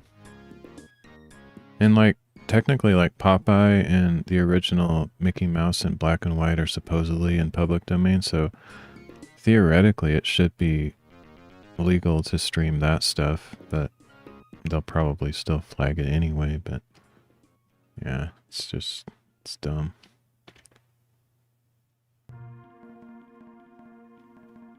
And actually, half of the copyright stuff that we have is because of Disney. I kind of read stories or watched videos about that the copyright didn't used to be like 95 years or whatever. It used to be way less, and then Disney was worried that they would lose, you know, their characters, so they basically lobbied all the politicians and got them to change all the copyright laws and all that crap. So we have mostly Disney to thank for that.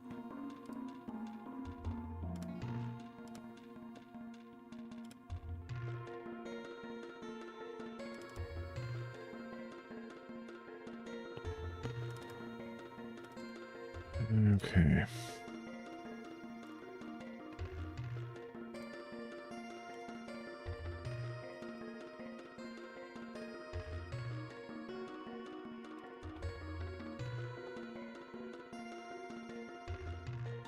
I don't think this is going to work.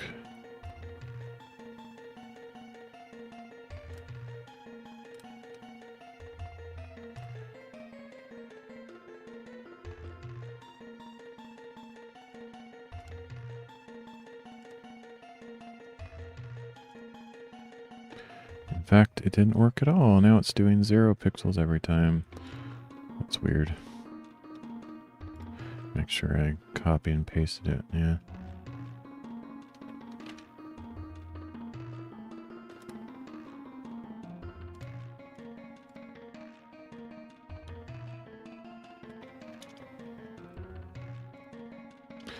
Now we have 0 pixels scrolling every time.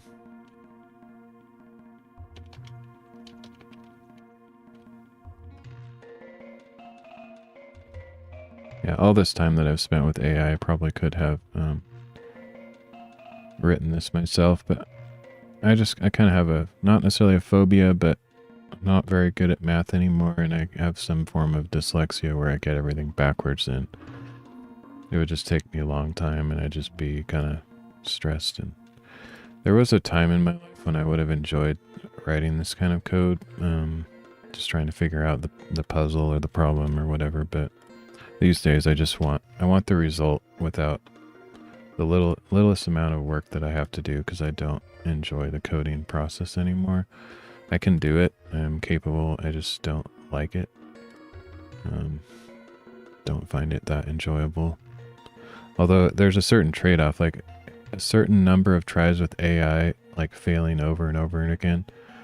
After a certain point, I just start getting stressed out with that as well. And so I'm like, okay, I guess I need to look at this code myself and try to figure out what's going on. Because the AI process, if it's not producing the results that you want, can be stressful at times.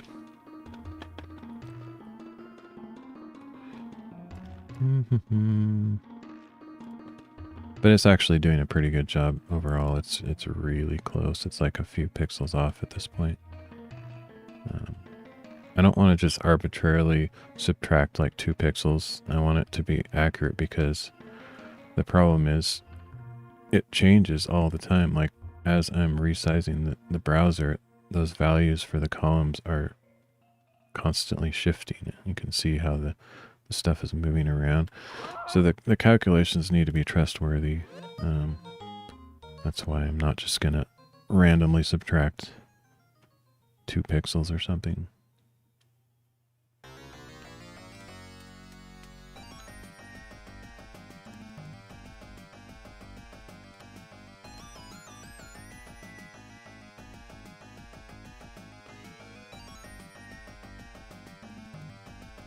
Okay, I'm going to tell it exactly what's going on here and see if it can figure it out. So how many columns do we have? We got 1, 2. Can't even do this kind of counting stuff. So we got 1, I'll just count the number of clicks.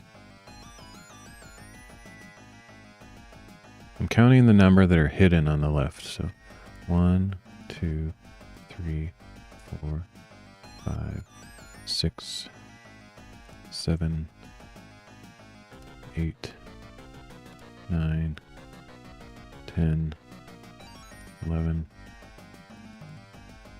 12, 13, 14, 15, 16, 17. Okay, so there's approximately 17 columns.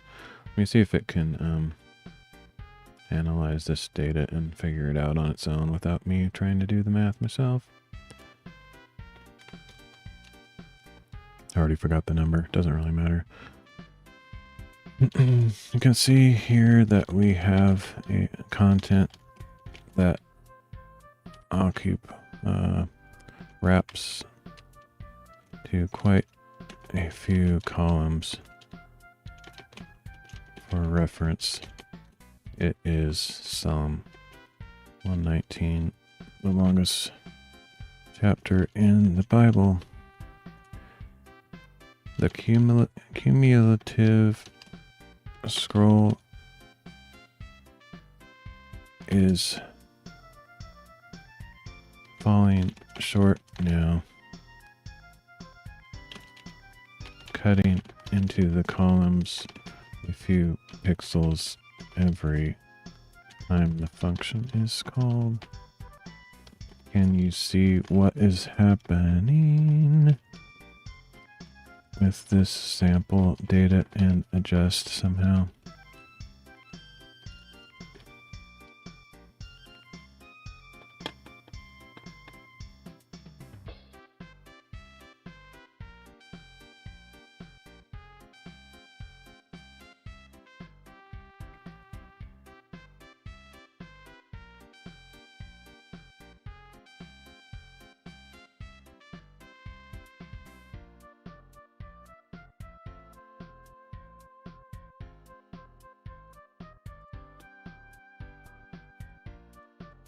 What about this scenario? We know we can figure out how many columns fit in the window at a given width, actually within the container, right? If that's the case, say 3 columns fit currently. Can't we align to the exact width every third button press in that case so that it always lines up with the edge? But if the browser is larger and 4 columns can fit, it would do that every 4 button presses. Do you read me? Is this a good idea? The number of columns can vary at any given moment.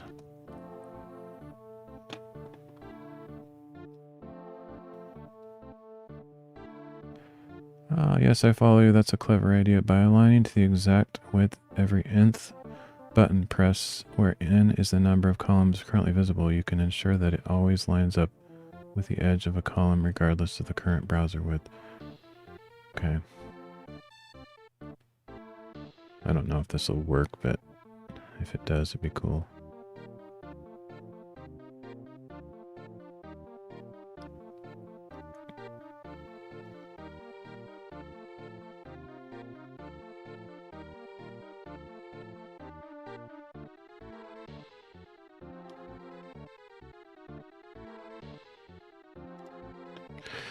If the user suddenly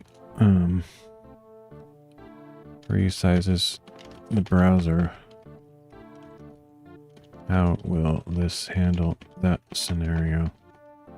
Maybe it should reset the count if that happens and align to the closest column at that point. Either to the left, whichever is closest.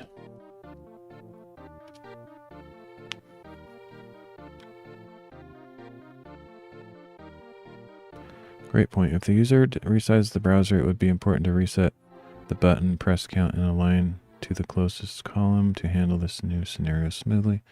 To achieve this, we can add an event listener that detects when the browser window is resized, resets the button press count, and aligns the scroll position to the nearest column. Okay, we'll just see if it works. This is getting more complicated and bigger code, and it's probably going to add a certain level of complexity that might mess with other areas of my script, but give it a try. It'd be awesome if it just worked.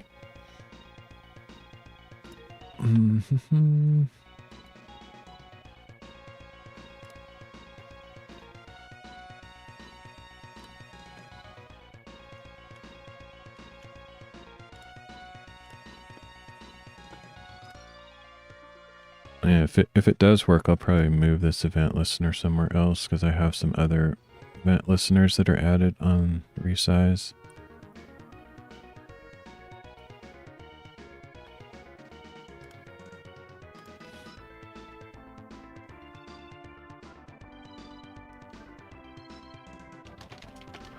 What happens if you have multiple event listeners added to the window on resize in various modules of your script?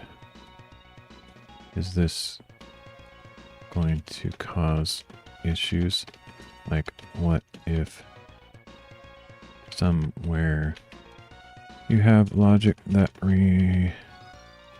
removes such listeners, or another scenario where they get duplicated or something?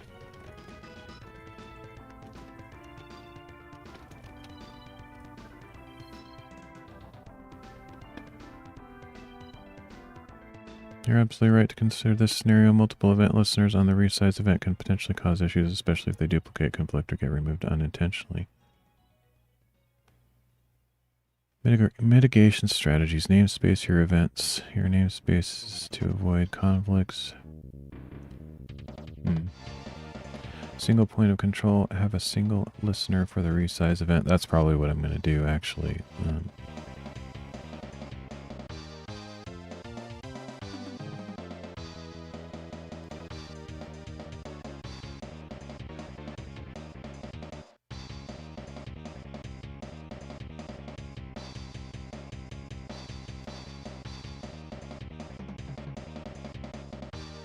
I'll just copy this. I don't know what it did. It said, to handle the resize event safely in your specific context where the scroll position must align with columns, ensure your event listener is robust. So, I guess it's robust now. I don't know what it did.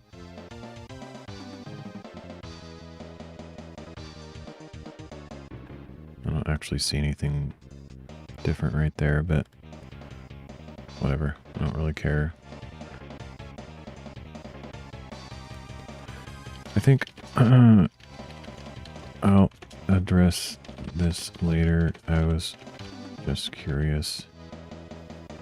I have other resize event listeners elsewhere and will maybe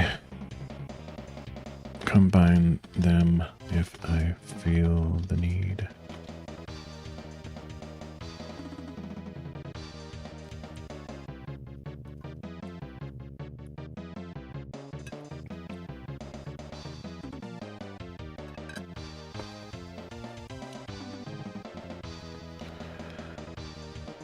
I can't remember if I copied and pasted that latest thing. Looks like I did.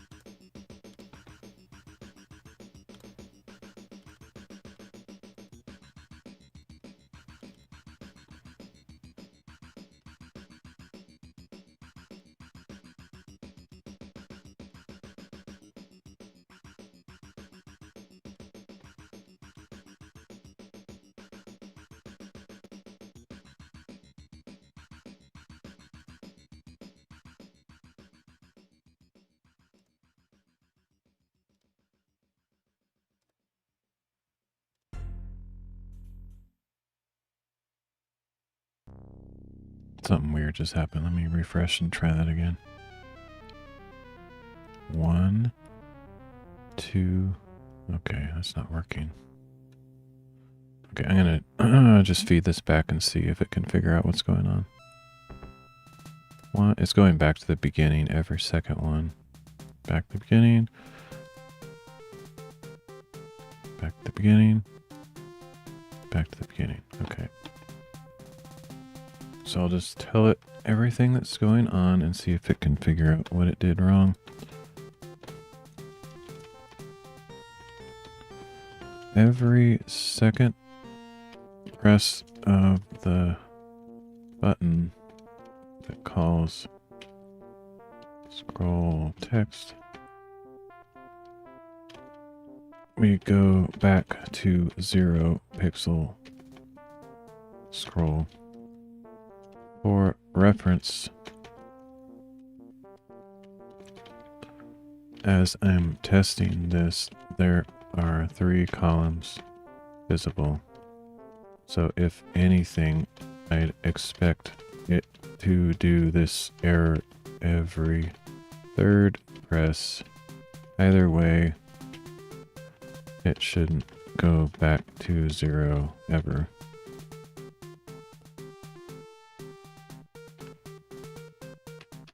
This console log sample is me pressing the button that triggers scroll text right.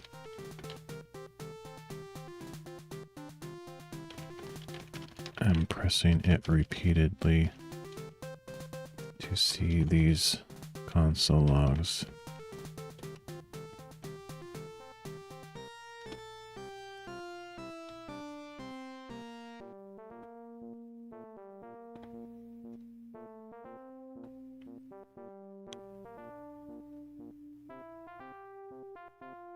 Modulo operation. And align to the exact width of all visible columns. Specifically, it's aligning to 0 pixels every second press. Let's fix this. Yeah, that'd be nice.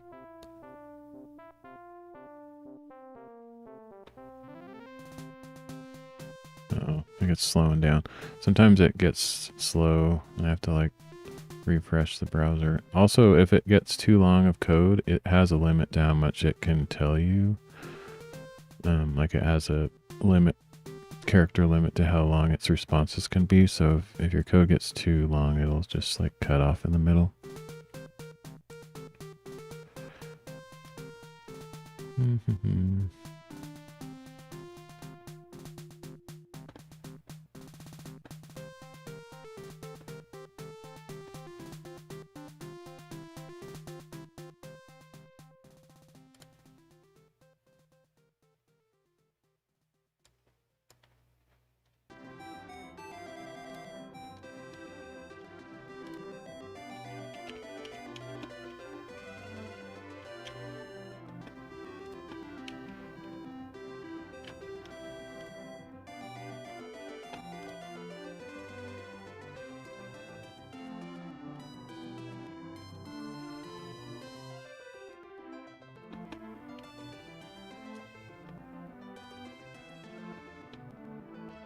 I think this is still helping me though. Like, I don't know that I would write code to deal with all of these scenarios very easily. Like when it was simple and I was just like trying to scroll a column at a time, I probably could have figured that out without using AI, because you would just take the width divided by 2 if it's 3 columns. I mean 2 columns, and 3 if it's 2 columns, minus x minus 1, the number of column gaps. So let's say there's 3 columns, there would only be 2 gaps between the 3 columns. So you'd be number of columns minus 1 times the column gap, etc.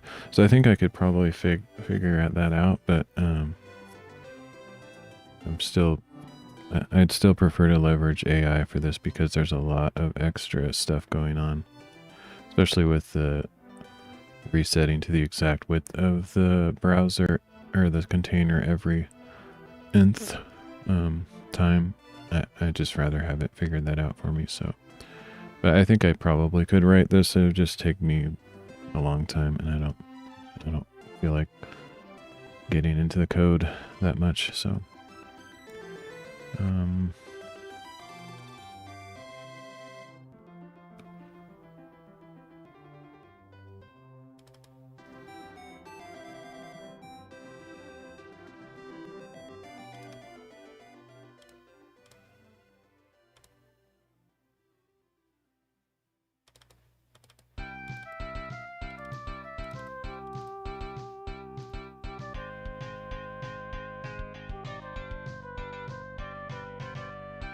I might have to end up doing that, which would be irritating after all of this. Like, oh, you suck, AI. I have to figure this out on my own. That's not my ideal scenario at all. Oh, I know what I want to do actually before. I no longer have need of the red box markers. Can you get rid of all the logic and code related to that specifically, and just do the scrolling?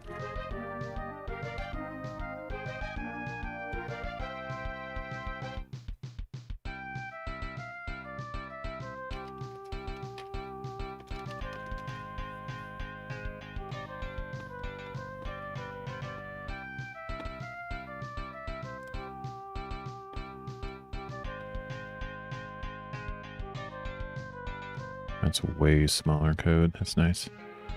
Okay.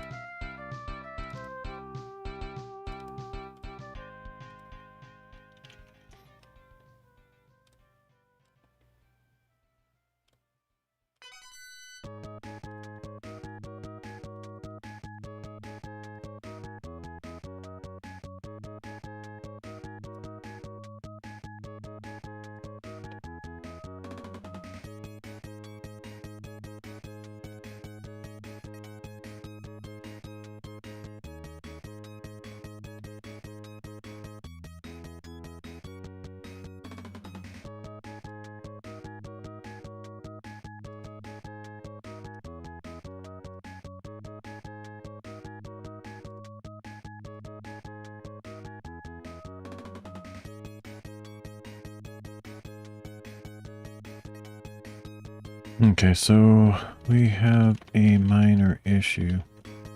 Every second click, it doesn't scroll at all. There is a minor discrepancy of the alignment. I think it is falling short of the first column on the first click. And so it is moving like 1 or 2 pixels to actually align on the second click. Quite some time ago, I dreamed up of a buffer concept that if it's within a few pixels, it will be considered aligned and jump to the next column, but ensure perfect alignment with the next one as best as it can. Can you look at these logs and figure out if something like that needs to be added in? Seems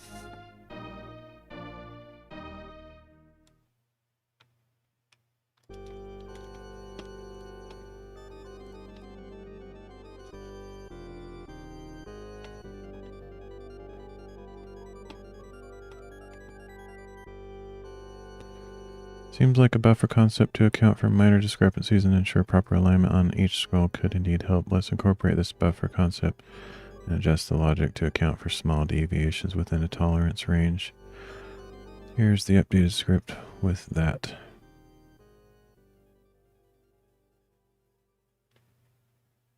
All right, we'll see. It's getting really slow now, so I probably need to refresh the browser.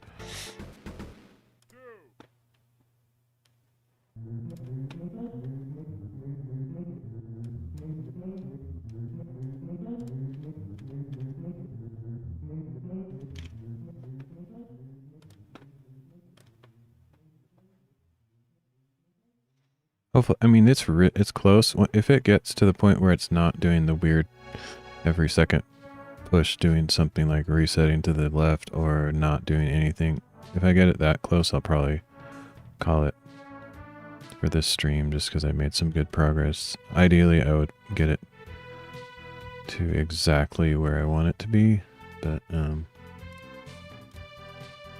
we'll see. It's a surprisingly complicated problem. I had it working at one time, except I never had it working single column scrolling. I always had it, like say there's 3 columns fitting on a screen at one time. I had it working 100% perfectly so that it would jump those 3 columns, so it's kind of like a page at a time. But I'm changing it now so that it's a fraction of the page each time, depending on how many columns are showing. And that's making it a lot more complicated to do the math.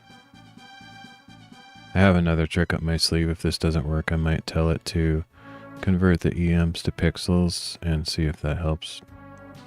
But if not, yeah, we'll see. When do you have the, hope to have the app in version 1.0 launch stage? I don't know.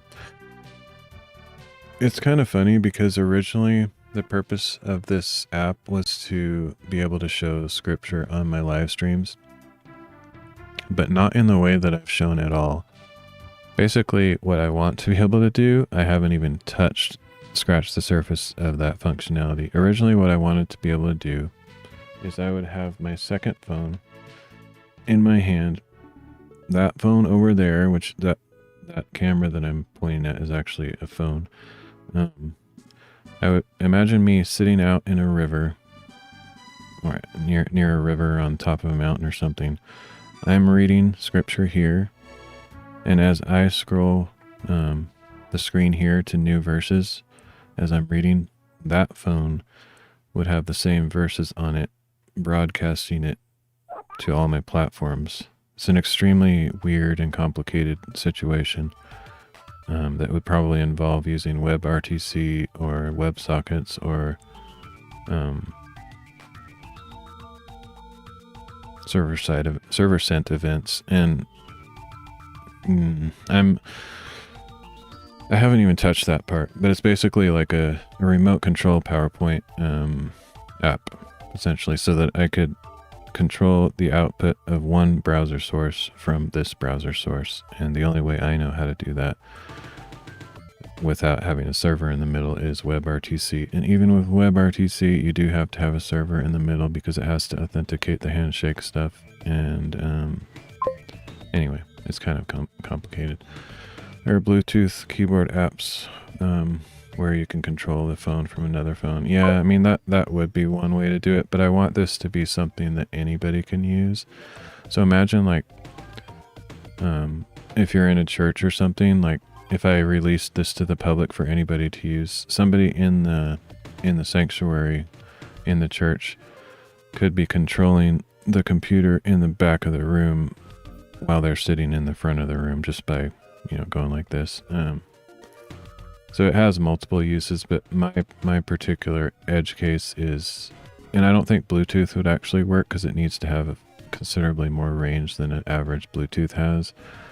If I do what I'm doing, it would have 40,000 miles of range. I could be, I mean, it's ridiculous, but I could have my phone sitting here in America pointing at my friend, and I could be in Japan controlling the screen if I do it the way I want. And certainly things like small interruptions like rocks and trees and stuff wouldn't ruin the signal, because my phone would be connected to the internet, that phone would be connected to the internet, and I would be controlling the output of that phone through the internet. So yeah, it's a little bit complicated, but that's kind of been my goal. And I could release this without that feature, because that's something that kind of is just for me to use, and I don't know if anyone else would use it, but that's actually been the whole reason I've been making this, and I'm nowhere haven't even started that part. So also apps like AnyDesk control over your network. Yeah, I mean, I don't want it to be like a remote desktop type thing. I want it to be a direct connection. So yeah, because it needs to be kind of brainless.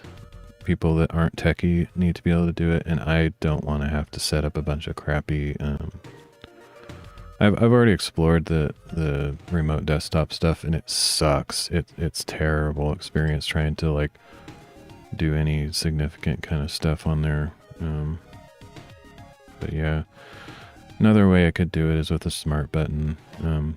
Tapping the smart button, which I have one, and that sends a signal to the internet and stuff. But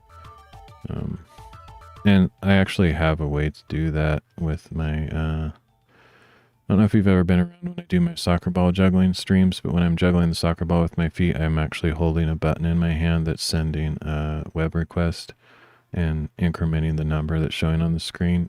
And so I can already do that kind of thing, but it wouldn't work for this, because sometimes I'd want to be able to go back or forward to an arbitrary position, which a button can't have that many functions to it.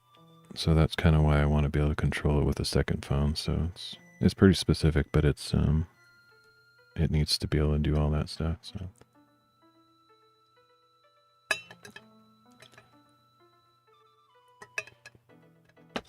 and I know how to do it more or less, but what I was hoping to achieve, and this might not be possible, is for it to be serverless, like 100% serverless, just JavaScript, HTML, CSS, local storage.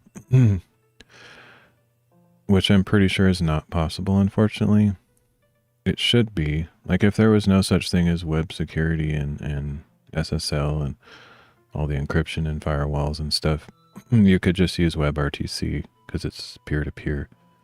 But because there is all that web security, in order to make the handshake where you start talking bidirectional,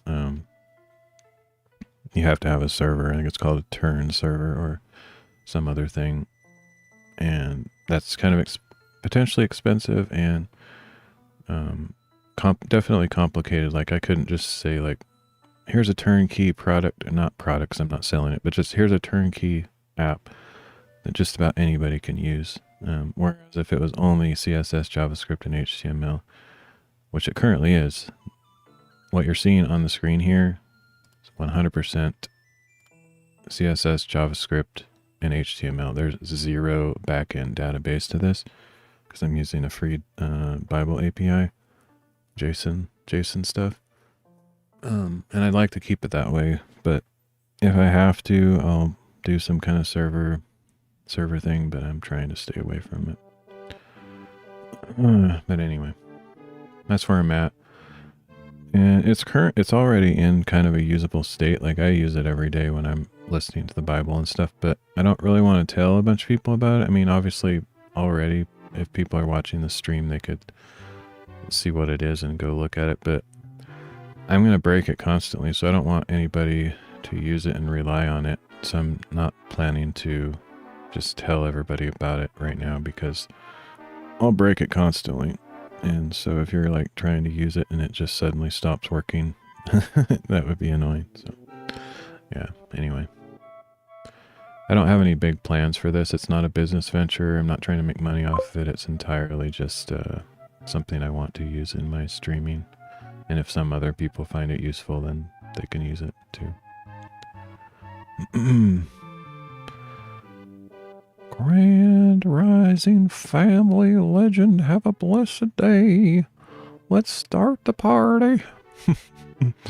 Yeah, that's what I'm talking about. Party time. Excellent. Be excellent to each other, etc. Yeah, it's not very much of a party atmosphere here, sorry. I'm trying to like balance out the people that are actually partying with my complete monotone, boring coding streams, just to kind of meet somewhere in the middle where, whatever, anyway, just making up stuff as I go. Alright, so I don't remember where I was at. I don't remember if I copied and pasted this code, so let's do it again, just in case. I probably did, but... Oh, let's see. I was saving it, so I probably had just... I had probably just done that. I don't know for sure.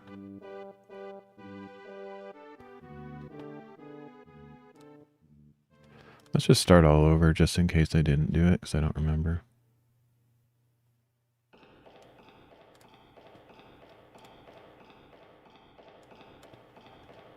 It's not going to hurt to have too many backups of backups of backups. Thus far, I've never accidentally saved over the wrong file or something, so these backups are kind of just in case, but I haven't really needed them yet. I might have pulled one of them at one time to restore. I don't remember. It's just, I'm just kind of paranoid that that could happen. That would be very frustrating, so that's why I'm saving all of those iterative versions of the file. I could just use GitHub or something, but then I'd have to like post it to GitHub every time and make a little change, and I don't really want to do it that way. It's not my style.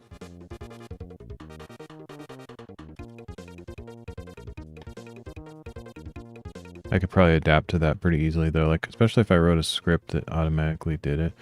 Like I think if I could write a script, like a bash script or whatever, that like somehow pulled up like an input where I could type the comment for the commit to GitHub, I would possibly switch to that. But I generally like go like git add dot, or sometimes git status, git add dot, git commit dash m quote, you know, whatever the change is, and then I have to do, it's just kind of a process, you know, it's like several commands, and I haven't really automated it yet.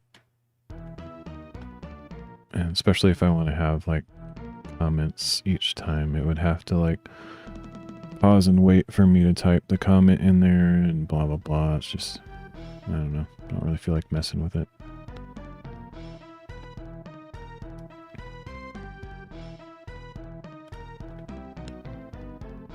Okay. Let's see if this helped at all.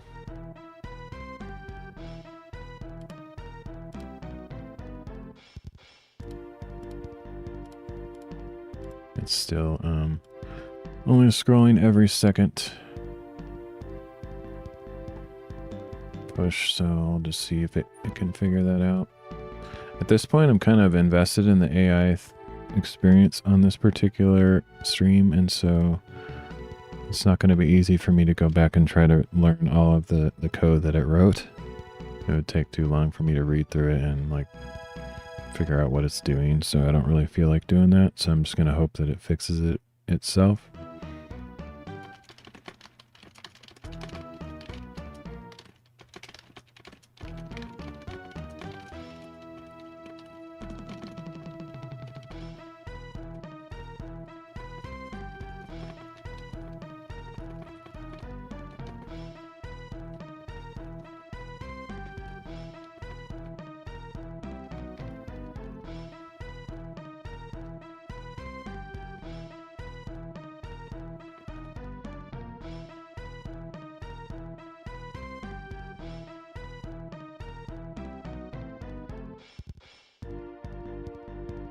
You see the issue? The alignment logic is causing the scroll position to reset to the nearest column multiple within the buffer, effectively making every second press redundant. Let's refine the logic to ensure each button press moves the scroll position by one column while properly aligning within the buffer. Here's the revised script. Okay. Come on, do your magic. Just make it work. I don't really want to figure this out right now. Sometimes when you get in a hole, I've actually gotten to the point where it's so irritatingly repeating itself where I just say, okay, scrap this whole thing and pretend like we never talked and come up with a new way to do this that actually works, because this is not working. I'm not even nearly that frustrated or anything. I'm totally fine with how this is playing out, but sometimes it just starts getting into like a loop of never gonna figure it out. So you gotta you pretty much gotta slap it on the face. It's like, hey, yo, wake up. You're trying too hard at this specific model. Like, pretend this never happened and just do it a different way. And sometimes that will get you a better result. If you're against a wall, turn again and go the other way. Yeah. I mean, sometimes you just gotta scrap all your code and start from scratch because you just got some kind of weird logic error in there and it's just, you can never find it. It's annoying, but that's kind of why I like saving these backup files though, because if I ever do need to resurrect some of this older code, I can if I need to. But yeah, GitHub is a better way to do it. I don't really want to do that. I'm kind of new to GitHub. I don't have a lot of experience using it. So at this point, I'm just preferring it to do my old-fashioned way. It's really dumb. I mean, people would laugh. Legit developers would laugh if they saw what I was doing here, but I don't care. I literally don't care. The developer community, sadly, is kind of snobby. Anywhere from kind of snobby to extremely snobby. So I don't really enjoy getting involved in those communities because they all just make fun of each other's coding styles and say like, why are you doing this? And it's just kind of, I don't enjoy it.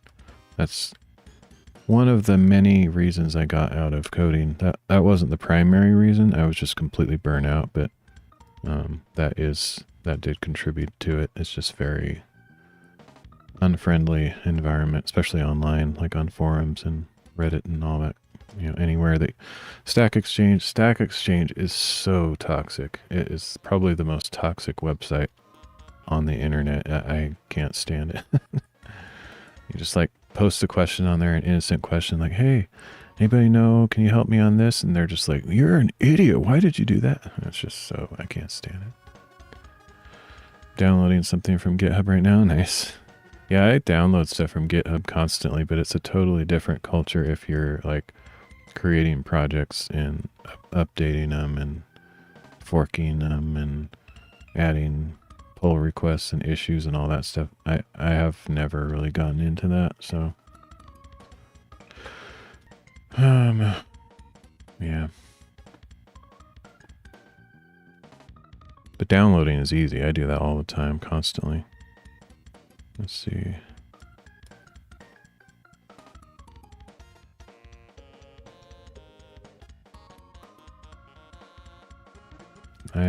I'm getting tired or something where I'm just forgetting if I've even done things, so hopefully I actually copied and pasted that change I might not have.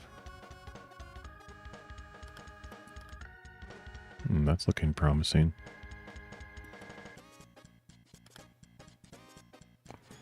Okay, it's close, but you can see over here it's cutting off these words again. So now we have the opposite problem again. It kind of goes in between the two problems. It either cuts it short or it goes too far, or yeah, it's just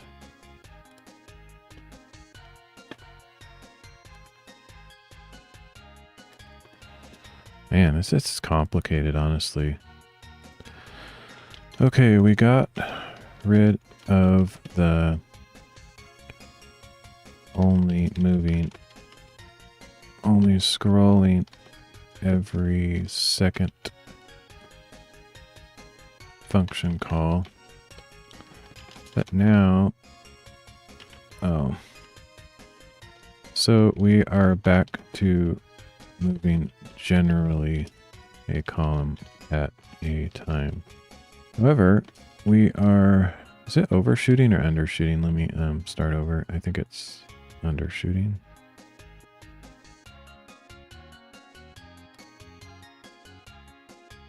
Yeah, it's not scrolling quite far enough.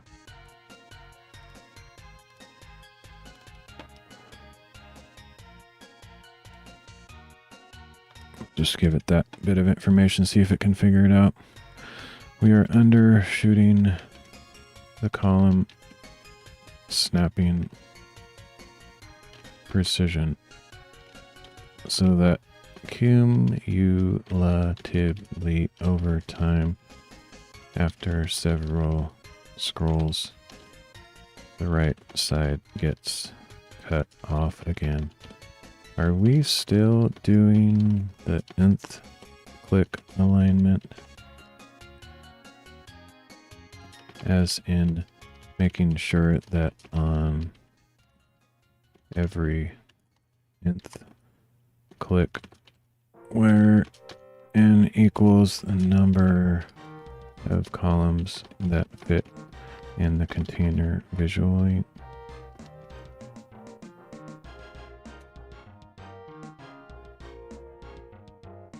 It aligns with a multiple of the width of the container's width precisely.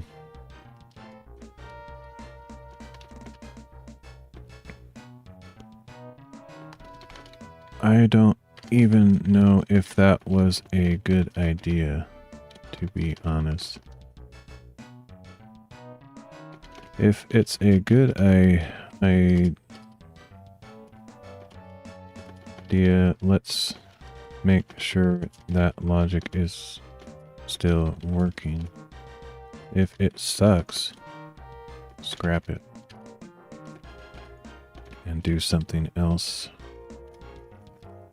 to ensure perfect or pixel perfect alignment with columns and gaps, respective column gaps.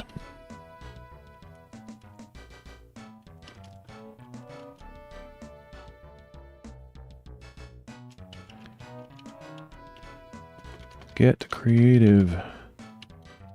Use your brain. You can do it.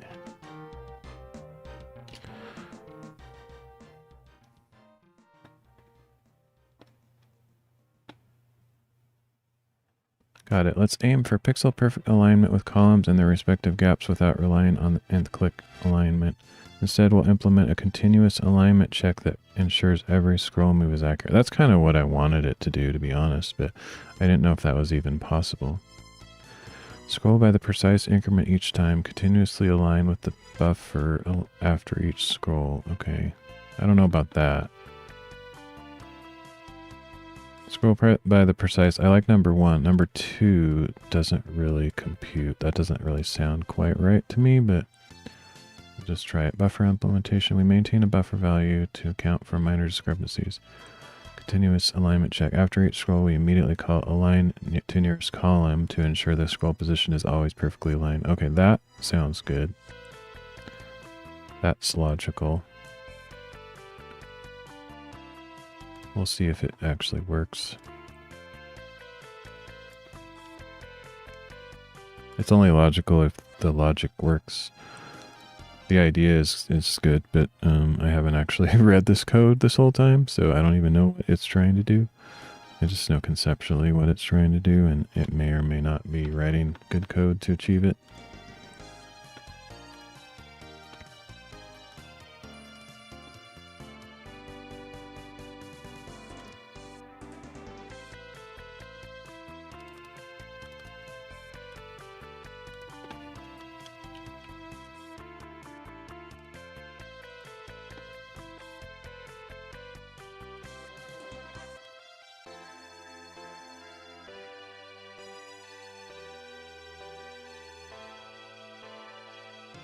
We're getting really close. I want it to be perfect. I feel like there should be a way to ensure that it's lined up, but I don't know how to do that because the columns aren't an actual thing. Like, you can't necessarily define what the edge of a column is in pixels because it's not like a div. It's not like a flexbox div where you have a bunch of actual physical objects. It's more of a virtual separation, and so I don't know if the browser actually keeps track of the position from the left of each column break. I think we're kind of at the mercy of its own math implementation, and it may or may not be accurate. So I think that's kind of the problem that we're having. This might actually, I'm only testing in this one browser, which is essentially Firefox. This might not even work the same way in Chrome or other browsers. So once I have it working in Firefox, I need to double check that it works elsewhere. Otherwise, this might be a complete waste of time.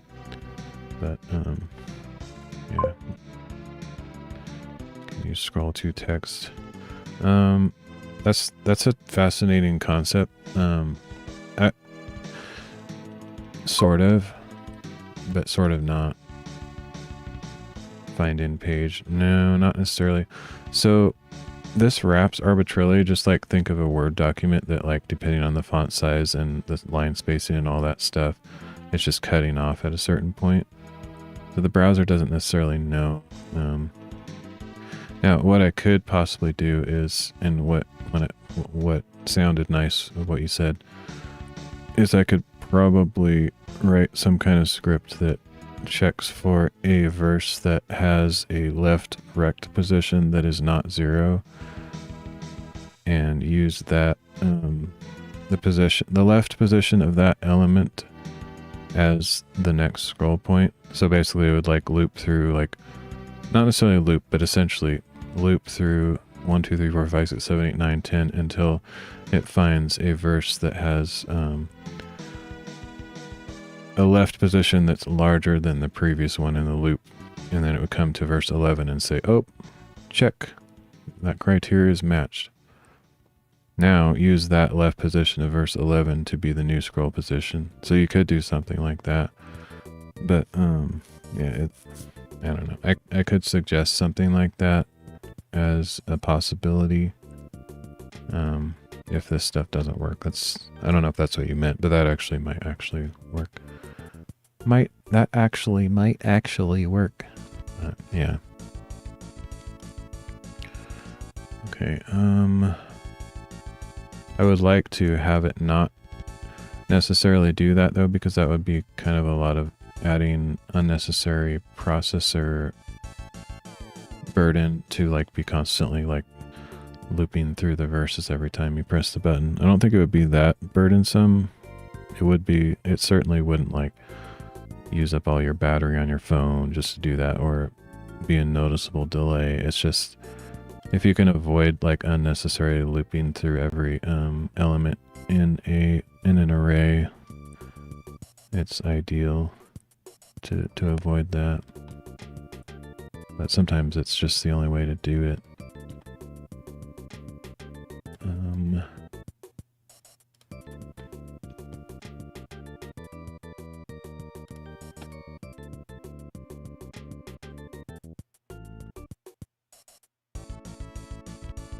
So just as an example, like taking that analogy of the Microsoft Word page, there's not actually a physical thing at the page break. The only time there would be a physical piece of code or a thing at the page break is if you did like Control Enter in Microsoft Word and it inserts a hard break and actually goes to the next page. Otherwise, there's no physical code in there that tells it where the break is. It's literally just based on the size of the font, the size of the letter spacing and line spacing and all that jazz. It just fits as many lines as it can, and then once the page is reached, it like does its calculations and decides whether the last line fits on the previous page or if it goes to the next one. And it's the same kind of thing going on with these columns. They're not physical divs or HTML elements. There's only one div, and all of the verses are inside of there, and the CSS is creating the columns virtually without actually creating any HTML code, and so it's a little bit more complicated. Yeah, and unfortunately, what I wish HTML had was a automatically wrap, or I guess flow into container. So if you're using something like InDesign or Affinity, what is it called? Whatever they used to be called Page Plus, and now it's not Designer, it's... Anyway, if you're using something like that, like a desktop publishing program, you can literally have it create new frames on every page, or you can have like multiple layouts like a magazine where you have a frame here, a frame there, a frame here, with ads and images in between. And you can automatically link this frame so it flows into that frame, this one so it flows into that one, then it flows to the next page to another frame, etc. There is no such mechanism in web technology at all. So you can't, like, if there was, what I would probably do is just make a bunch of column-sized divs, make it a flexbox layout, and then I would just say, put this text in the first one and flow to the next, to the next, to the next.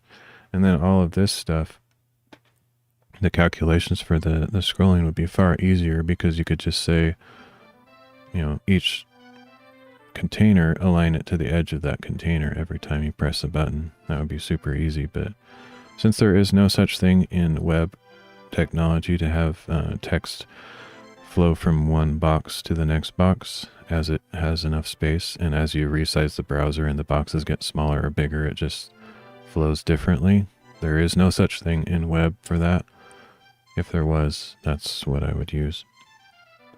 But there is no, that doesn't exist. And maybe someday they'll make something like that. I kind of doubt it, but it would be nice if they did. Add an invisible div. But yeah, it just doesn't work. It doesn't work. So what you'd have to do, this would be the most burdensome thing. It's like imagine having 10,000 mice build a tower with Jenga blocks, and like every time you like move the cursor. Like, that's what it would be doing. It would be so inefficient. Basically, what you'd have to do is write this massive, elaborate JavaScript code that detects when anytime the browser is resized, it like calculates how big the box is, how many characters are fitting in there, and it knows exactly where the end is, and then it like cuts off that word and makes a duplicate of that text and sends it to the next one, and it would be like so inefficient. It would be yeah, your page would just be crawling like because it's doing so many calculations per second. Yeah, I just wish that HTML had something like that built in, or JavaScript or whatever, but there's no such thing, unfortunately.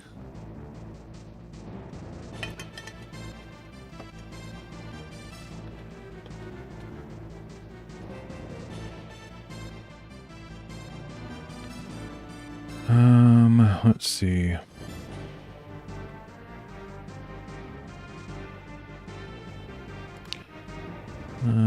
I keep forgetting if I'm copy and pasting or where I'm at, because I'm talking too much. I'm also kind of tired. I only got maybe 3 hours of sleep after being up over 24 hours because I just couldn't sleep, so my brain is starting to shut down again. So hopefully I'll get this soon, because I kind of want to try to sleep again.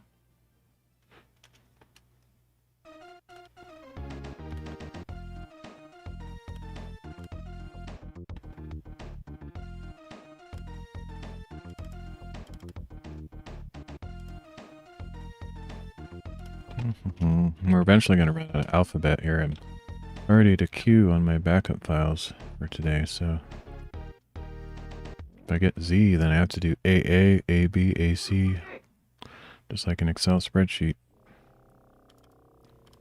It's completely nuts.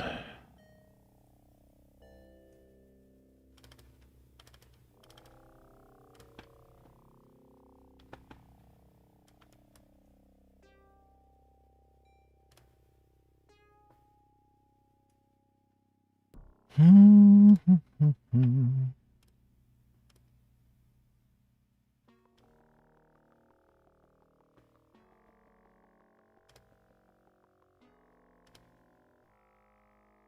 it's so close. It's still a few pixels off, but it's so close. I can see that the word commandment is just barely cut off here after a couple. It's so annoying how close it is, but it's not close enough. I may have to give up on AI at some point, though, because it doesn't seem to be doing any better with each iteration. It's basically the same as it was last time. But I don't know if that was what you were saying, but what you said triggered that idea of looping through the elements until you find one that has a greater left position than the previous, and then using that new element, which would be verse 11 in this case, verse 23 for the next column, and then measuring the left position of that element, and then scrolling to that position. That would actually work, and it should align totally perfectly. So if AI can't figure it out, I might actually either tell it to do that. I could tell it to do that and see if it could figure it out, or just do it myself. If I was logged in, I would probably also give it an image, because you can upload images and it will do better. It can actually analyze the image and determine how many pixels it's off or what's going on, and sometimes come up with a better solution. You could even like draw little lines pointing at stuff, circling things and saying, hey, look at this, what do you think? But I don't really feel like logging in right now. So, but I could try asking it that, like, and see what it says. It doesn't seem like it's improving. Maybe it's improving ever so slightly, but not much. And most small chapters that only have a few pages are going to be fine. Even something like this has Genesis 1 has probably like 6 columns. So you get to the end of the chapter and it still looks relatively aligned, and it's cutting off here on the right hand side just a little bit. But it's only the long chapters like Psalm 119 that it's like the cumulative misalignment is way more noticeable after you scrolled a certain number of columns. It just keeps shifting over.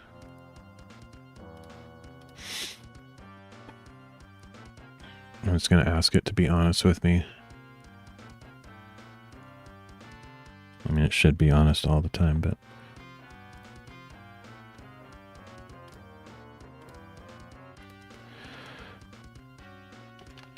still not lining up with the edges of columns, so the right side gets cut off a bit more with every button press. Can you see this happening in the logs? Be honest with me. Explain your findings in the log math.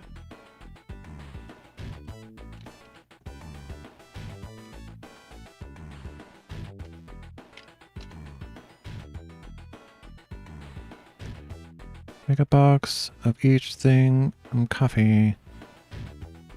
Make a box, each thing, coffee.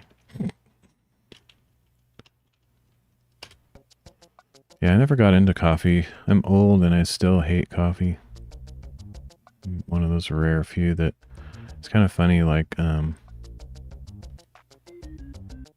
nobody really likes coffee. Like, I've known very few people that have said, oh yeah, I've always liked coffee, even when I was a kid. Pretty much every kid that tries coffee is like, ugh. But then somehow, like, when you get older, you just start forcing yourself to like it. It's like, this is nasty. I got to put some cream and sugar in it to get rid of that coffee taste, and then eventually you kind of get used to it. I don't know. I've never understood that, but I never made that effort to like start liking it. So, and I see no point at this stage in my life. So I don't think I'll ever start drinking coffee. Okay. So, but I am drinking pop, which is obviously worse for me, but health isn't my strong point. Okay. That's interesting. The initial scroll elements are this. Cumulative rounding errors are causing slight misalignments over multiple button presses. These small discrepancies add up, leading to the content being cut off on the right side. But then we start seeing fractional increments like... Yeah, that's a long decimal point. These increments suggest cumulative rounding issues that aren't being perfectly accounted for, leading to fractional discrepancies. We can fix this by introducing a more robust alignment process. This involves checking if the scroll position is close to a multiple of the scroll increment and snapping to that position if it's within the buffer range. Additionally, we should ensure that the scroll increment is always applied precisely. I don't think it actually can know this information. I don't think this is going to work, but we'll just try. I don't even think the browser itself knows where the columns sit. There's a lot of mystery about how browsers interpret the width of things. Like if you just like make like a flexbox layout or an old HTML table, the various widths of the cells of the table and the flexbox elements, if they're set to auto and things like that, it's somehow doing this crazy advanced equation of, depending on how much text there is and images and things inside of each of those containers, it's allotting more space to elements that have more stuff inside of them. So like say you have a column that just like is quantity, like 1, 2, 3 quantity. Then you have a price here that's like dollar amounts. And then you have a description that's a longer sentence of a product or something. It's a table, if you say just make it whatever width you think it should be, it's going to give way more room to the description because there's more content in it.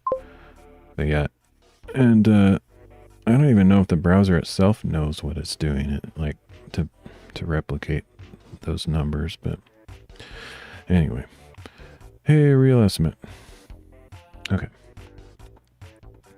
we're just going to try this, excuse me, one more time. If it doesn't work, I'm going to try the other approach that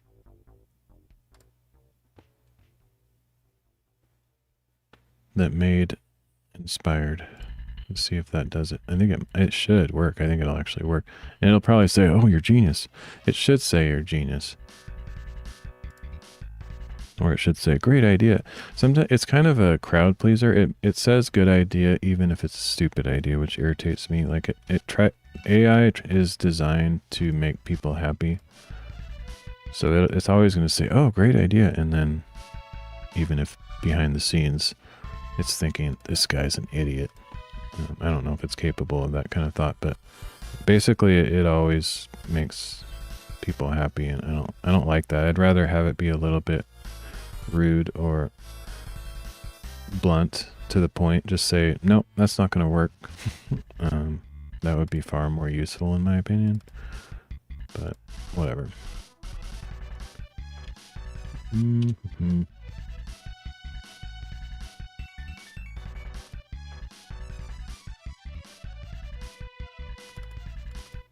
I'm starting to get pretty tired though, so I don't think I can go much longer. But I'm hoping this will just like suddenly fix itself.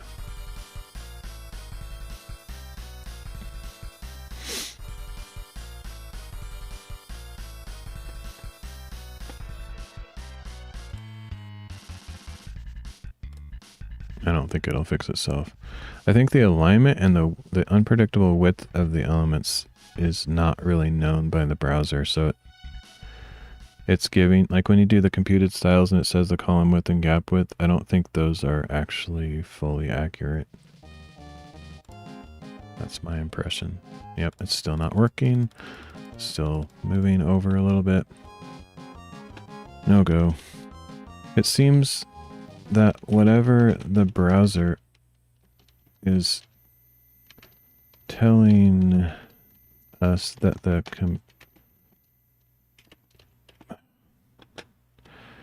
computed styles are regarding the column width and gap width are not 100% accurate or reliable. Would you concur?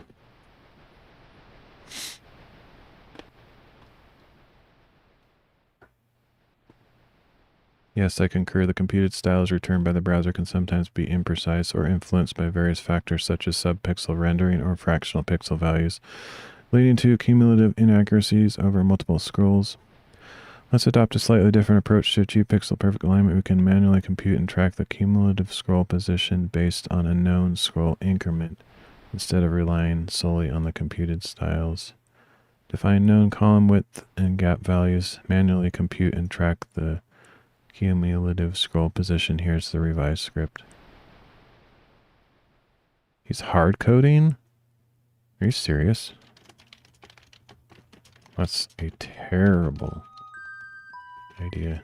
You are hard coding the column and gap width. You must be tired like I am. That's incredibly dumb, because the user can at any time resize the browser and those values will be meaningless.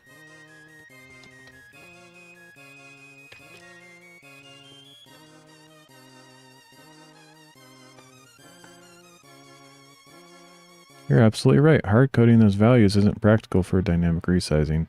Obviously. Okay. It seems... Okay, it's really getting slow. I'm going to refresh the page. I have a different approach in mind entirely. Let's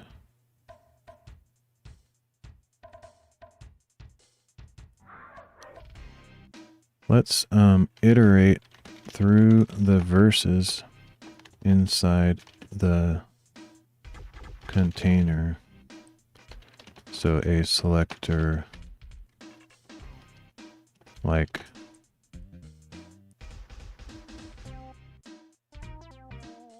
container dot query selector verse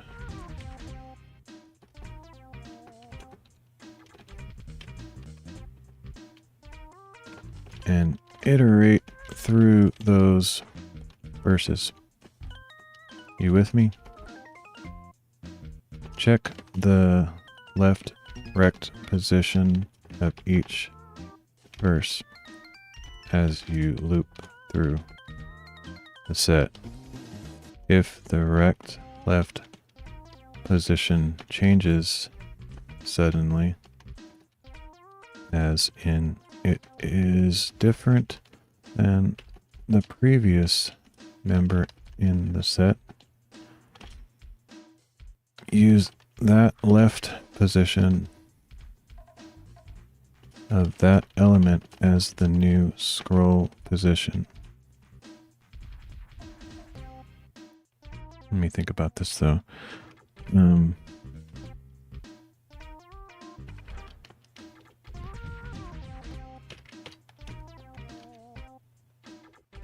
To make it sensible, maybe you only... let's see. There's a little bit of complicatedness to explaining that though, because some of them are going to be cut off by the left amount of scroll or the right amount of scroll. And, consider the current scroll position as you loop through the verses in order to determine whether you want to jump one column to the right or one column to the left. Are you even understanding this horribly written attempt to explain this approach? If so, I believe it will actually work.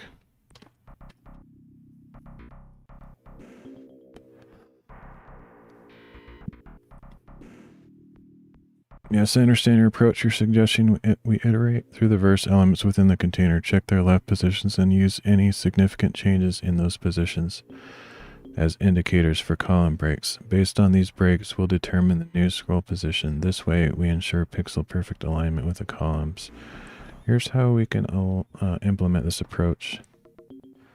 Select all verse elements within the container, loop through these elements and track their left positions. Identify significant changes in left positions to detect column breaks. Use these column breaks to set the new scroll position based on the current scroll position. Okay. I didn't take the time to read your code through and through, but what do you think about looping through the entire set and storing each unique left position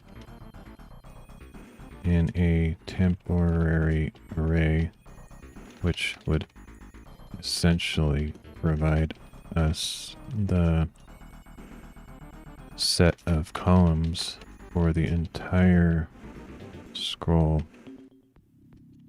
experience from right to left? Then we could just iterate through that set of left scroll positions, either right or left, and only run that calculation once rather than every button press. The only time it needs to be run from scratch is if the browser is resized. If this makes sense, do it. Otherwise, if your approach that I didn't even read is better, skip it. But I think calculating the whole set, recording each unique left position would give an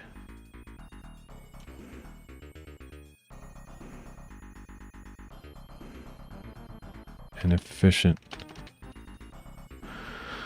result.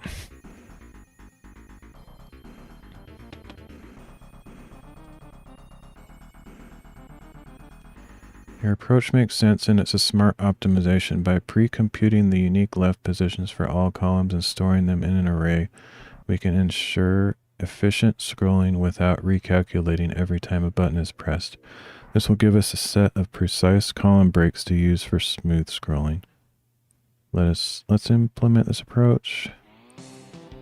Calculate unique left positions and store them in an array. Use this array to determine the scroll position based on the direction. Recalculate the positions if the browser is resized. Okay. I'm still not reading your code yet, but it sounds like you understand the idea. However, you said smoothly scroll. I am very determined that I want instant scroll behavior, not smooth, not auto. Otherwise, I think you understand. and I'll try your code.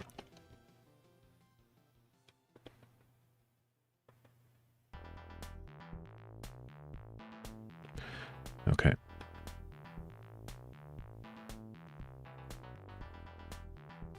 Let's try it. Let's see if this works. Theoretically, it should work. Unless it might need a couple shots at it.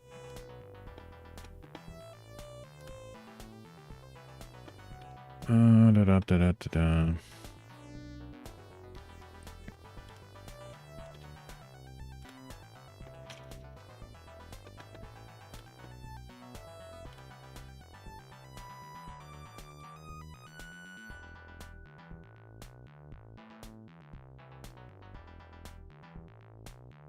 I wonder if we're still using the button press count anywhere, or if that even matters.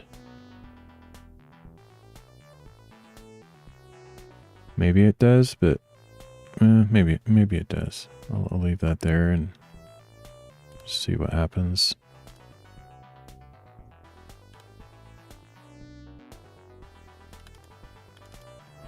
I'm getting close to where I want to end the stream though, so if this doesn't work pretty soon, I'll probably just continue this thought next time.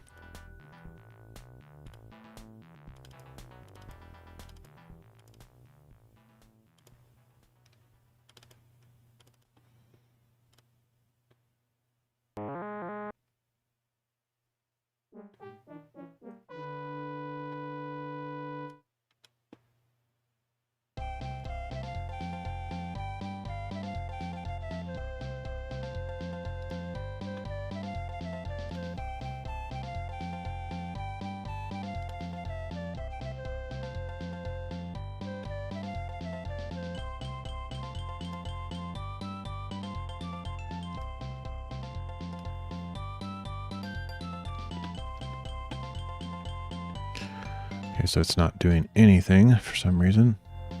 Which I could probably look at the code and figure out why, but I'll just tell it and see if it can fix itself. I'm too tired to try to figure it out right now. Let's see, calculated column positions. Is that even spitting out? That's not even like spitting out over here.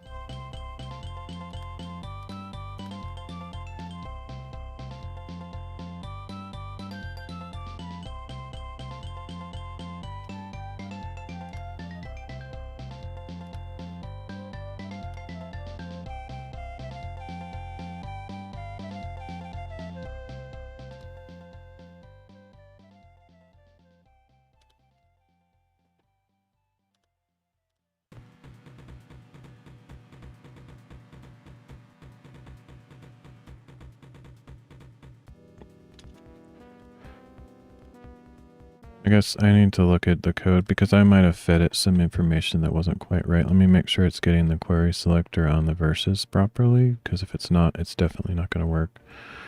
Verses equals container query selector all verse. That is correct.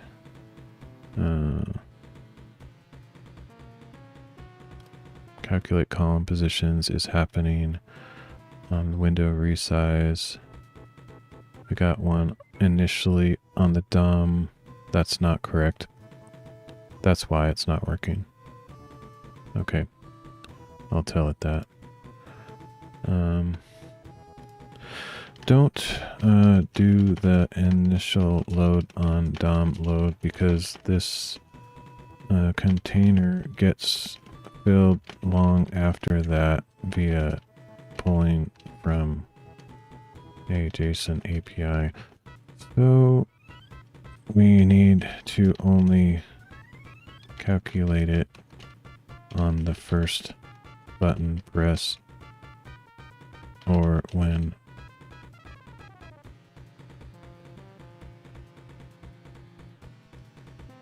the browser is resized.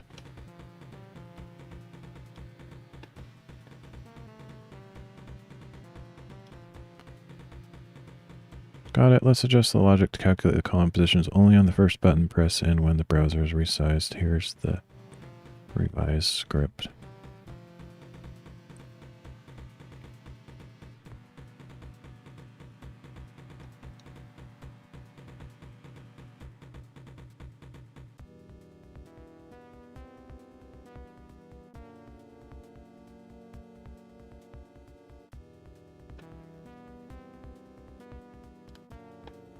I should have told it that it was not scrolling, but I just wanted to see if maybe that was the reason it wasn't scrolling. I'll just tell it that next time if it's still not working.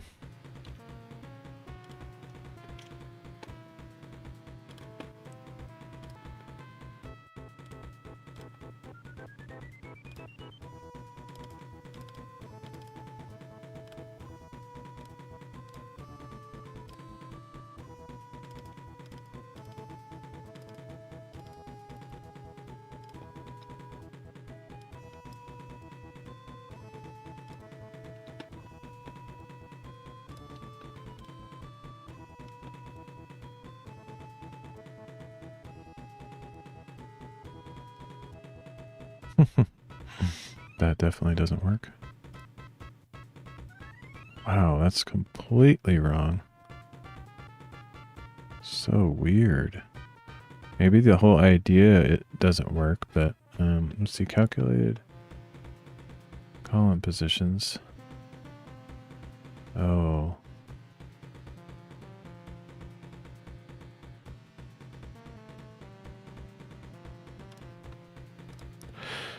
Are the left positions of the verses being calculated in relationship to the container or the window?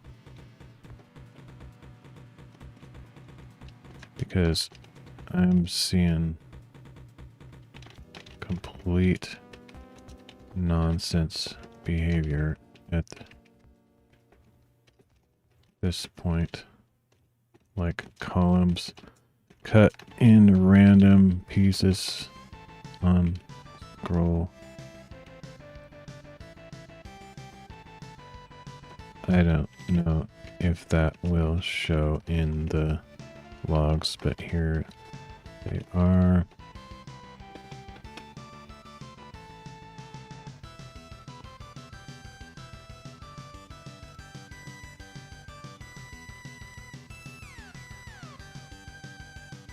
Actually, it's not even doing anything. What? That's a different result than last time. It's weird.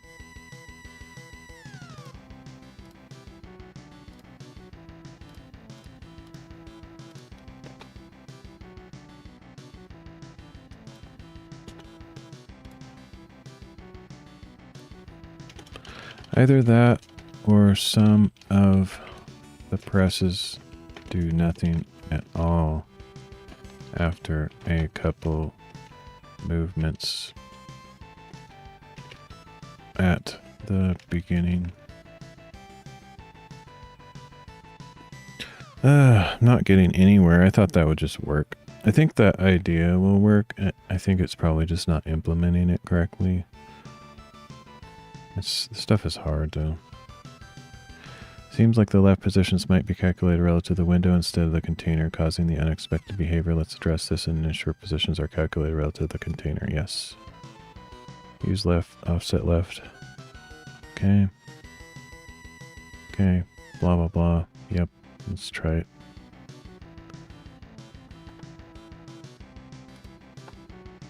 I think it's going to take several tries, or this whole idea won't work unless I hand code it myself, because it's not doing it right. The problem with this situation is you have a limited amount of text you can paste in. It's like 10,000 characters. Ideally what you would do is paste in all of your HTML, all of your CSS, and all of your JavaScript, and then it could see everything that's going on. I'm giving it kind of a subset of code that it can't see all the effects that other areas of code are having, or it can't actually visualize the layout because it doesn't have the HTML. So it's kind of flying blind, so you can't really blame it for making these kind of mistakes. I'm doing the best I can to explain the scenario, but it doesn't see the big picture always, so that's also something you have to keep in mind with AI stuff, since you can't give it everything that it needs. It's kind of just doing a lot of guesswork, which it does amazingly well typically, but sometimes it's clearly not doing a great job right now. But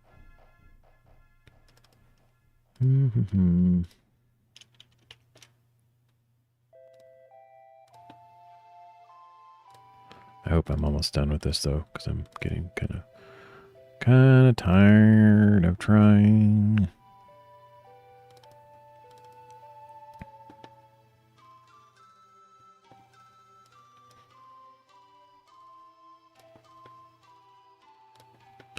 I've had a few times where I'm working with AI and I forget to upload the change or something, so I'm like looking at the previous version and that's why it's not working.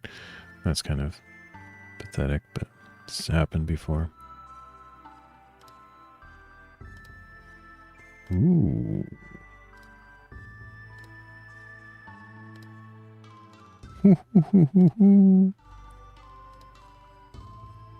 That's looking perfect.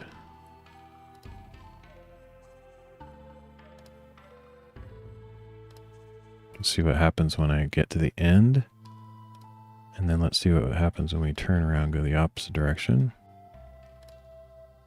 It is perfection. How about if I just randomly go back and forth? Oh man, I think we got it. How about if I resize the browser?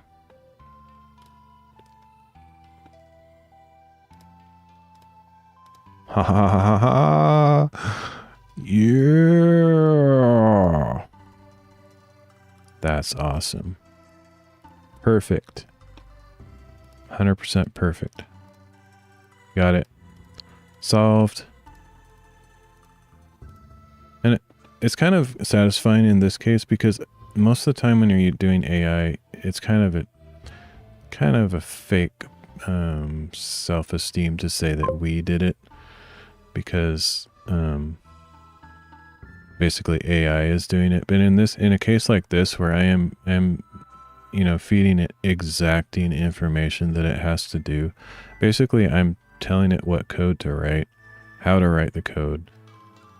I'm just not actually physically typing it. So there is some satisfaction when you're like really involved in the process.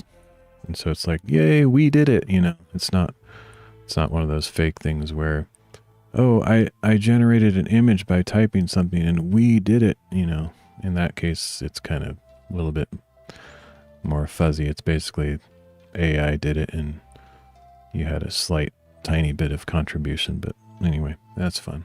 It's fun when it works. That's cool. So basically, we're done for today.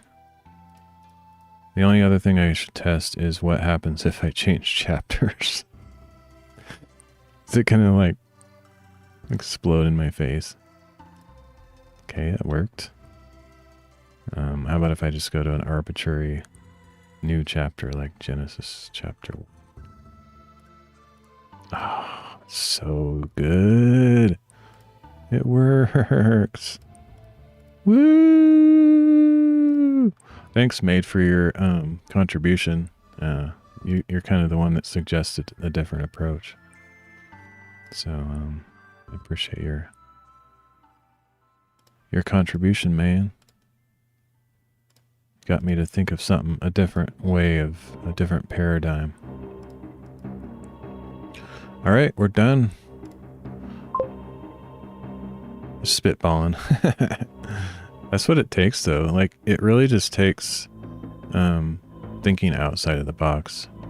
You just gotta like, wait a minute. No. Let's think of a completely different way. We're stuck in a rut. We gotta think of a different way to achieve this. Now that the ultimate test is, so now if I'm in Psalm 119, so all this time I've been clicking the buttons down here, but here's what it looks like with the scroll wheel. Okay, so I'll have to revisit the scroll wheel logic because it's jumping like crazy. But now that I have basically I just call the function scroll parameter left or parameter right and it will do the thing. So I just have to like remap the scroll to that function and I think it'll fix it. So the scroll isn't working, it's doing weird stuff. The buttons are working. So I just have to map the scroll wheel to that new function that was written and it should should fix it. Yay! Anyway, I'm gonna head out. I've been, I don't even, how long have I been streaming? Let's see. 3.5 hours, okay. Yeah, it's kind of funny. I'm pulling a solid, he like streams like 6 times a day. I feel like I've been doing that last couple days. I'm not gonna like keep up this pace, so if you have that expectation of anybody that's lurking, I probably might just disappear for another week or something. I'm not gonna be streaming like 10 times a day. I've just been wanting to get this fixed because it's been bugging me how messed up it's been. And I'm very happy to see this. Oh, the other thing I mean, this is a whole nother can of worms. I'm not going to open it right now, but I'm curious. I don't think this will work, but as it's scrolling, or as I'm playing the audio, the desired result eventually is that it will scroll column at a time as well. But I didn't do anything to fix that, so if it happened to work right now, it would kind of blow my mind, and I don't think it will. I don't think it's even possible that it could. But let's just, out of curiosity, see what happens when I play the audio Bible. I think it's going to blow up in my face, but let's just see what happens.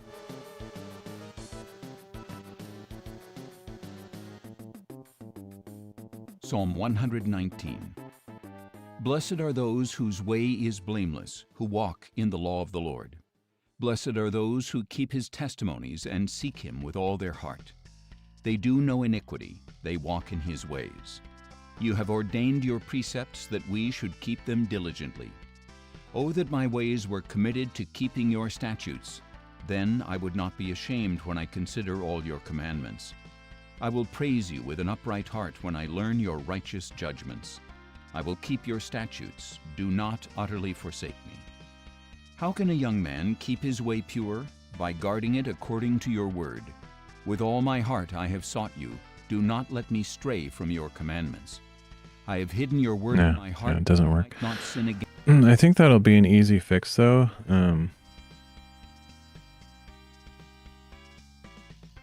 Pretty sure that'll be a pretty easy fix.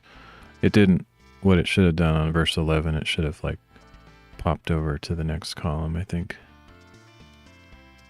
So yeah, I have to fix that, but that I mean, theoretically, that shouldn't be too hard to do.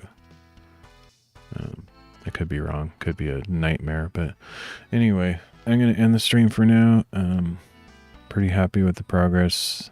It took way too long, but I don't care. Sometimes, like, just the journey is I think a lot of programmers get thrills out of, like, solving difficult problems. And I used to, like, years ago.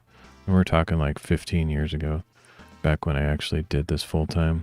I used to enjoy it as, like, kind of a cheap thrill. Like, yeah, I'm smart, I'm cool, I fixed this problem. But these days, I'm kind of just like, I did have a little bit of that feeling today. It's kind of like, yay, I solved a problem, you know, but generally I don't like it enough to like want to do it as a job anymore. I just don't hate it as much when I'm working on something I actually like. So, yeah, man, I'll see you around. Thank you for caring for Solid. I watched enough of that stream to see that you and Virtual Monkey were really trying to help a friend, and that was inspiring to see. So I hope you guys can get through to him and help him, you know, down a healthy path for his future. And yeah, anyway, God bless. I will see you all next time.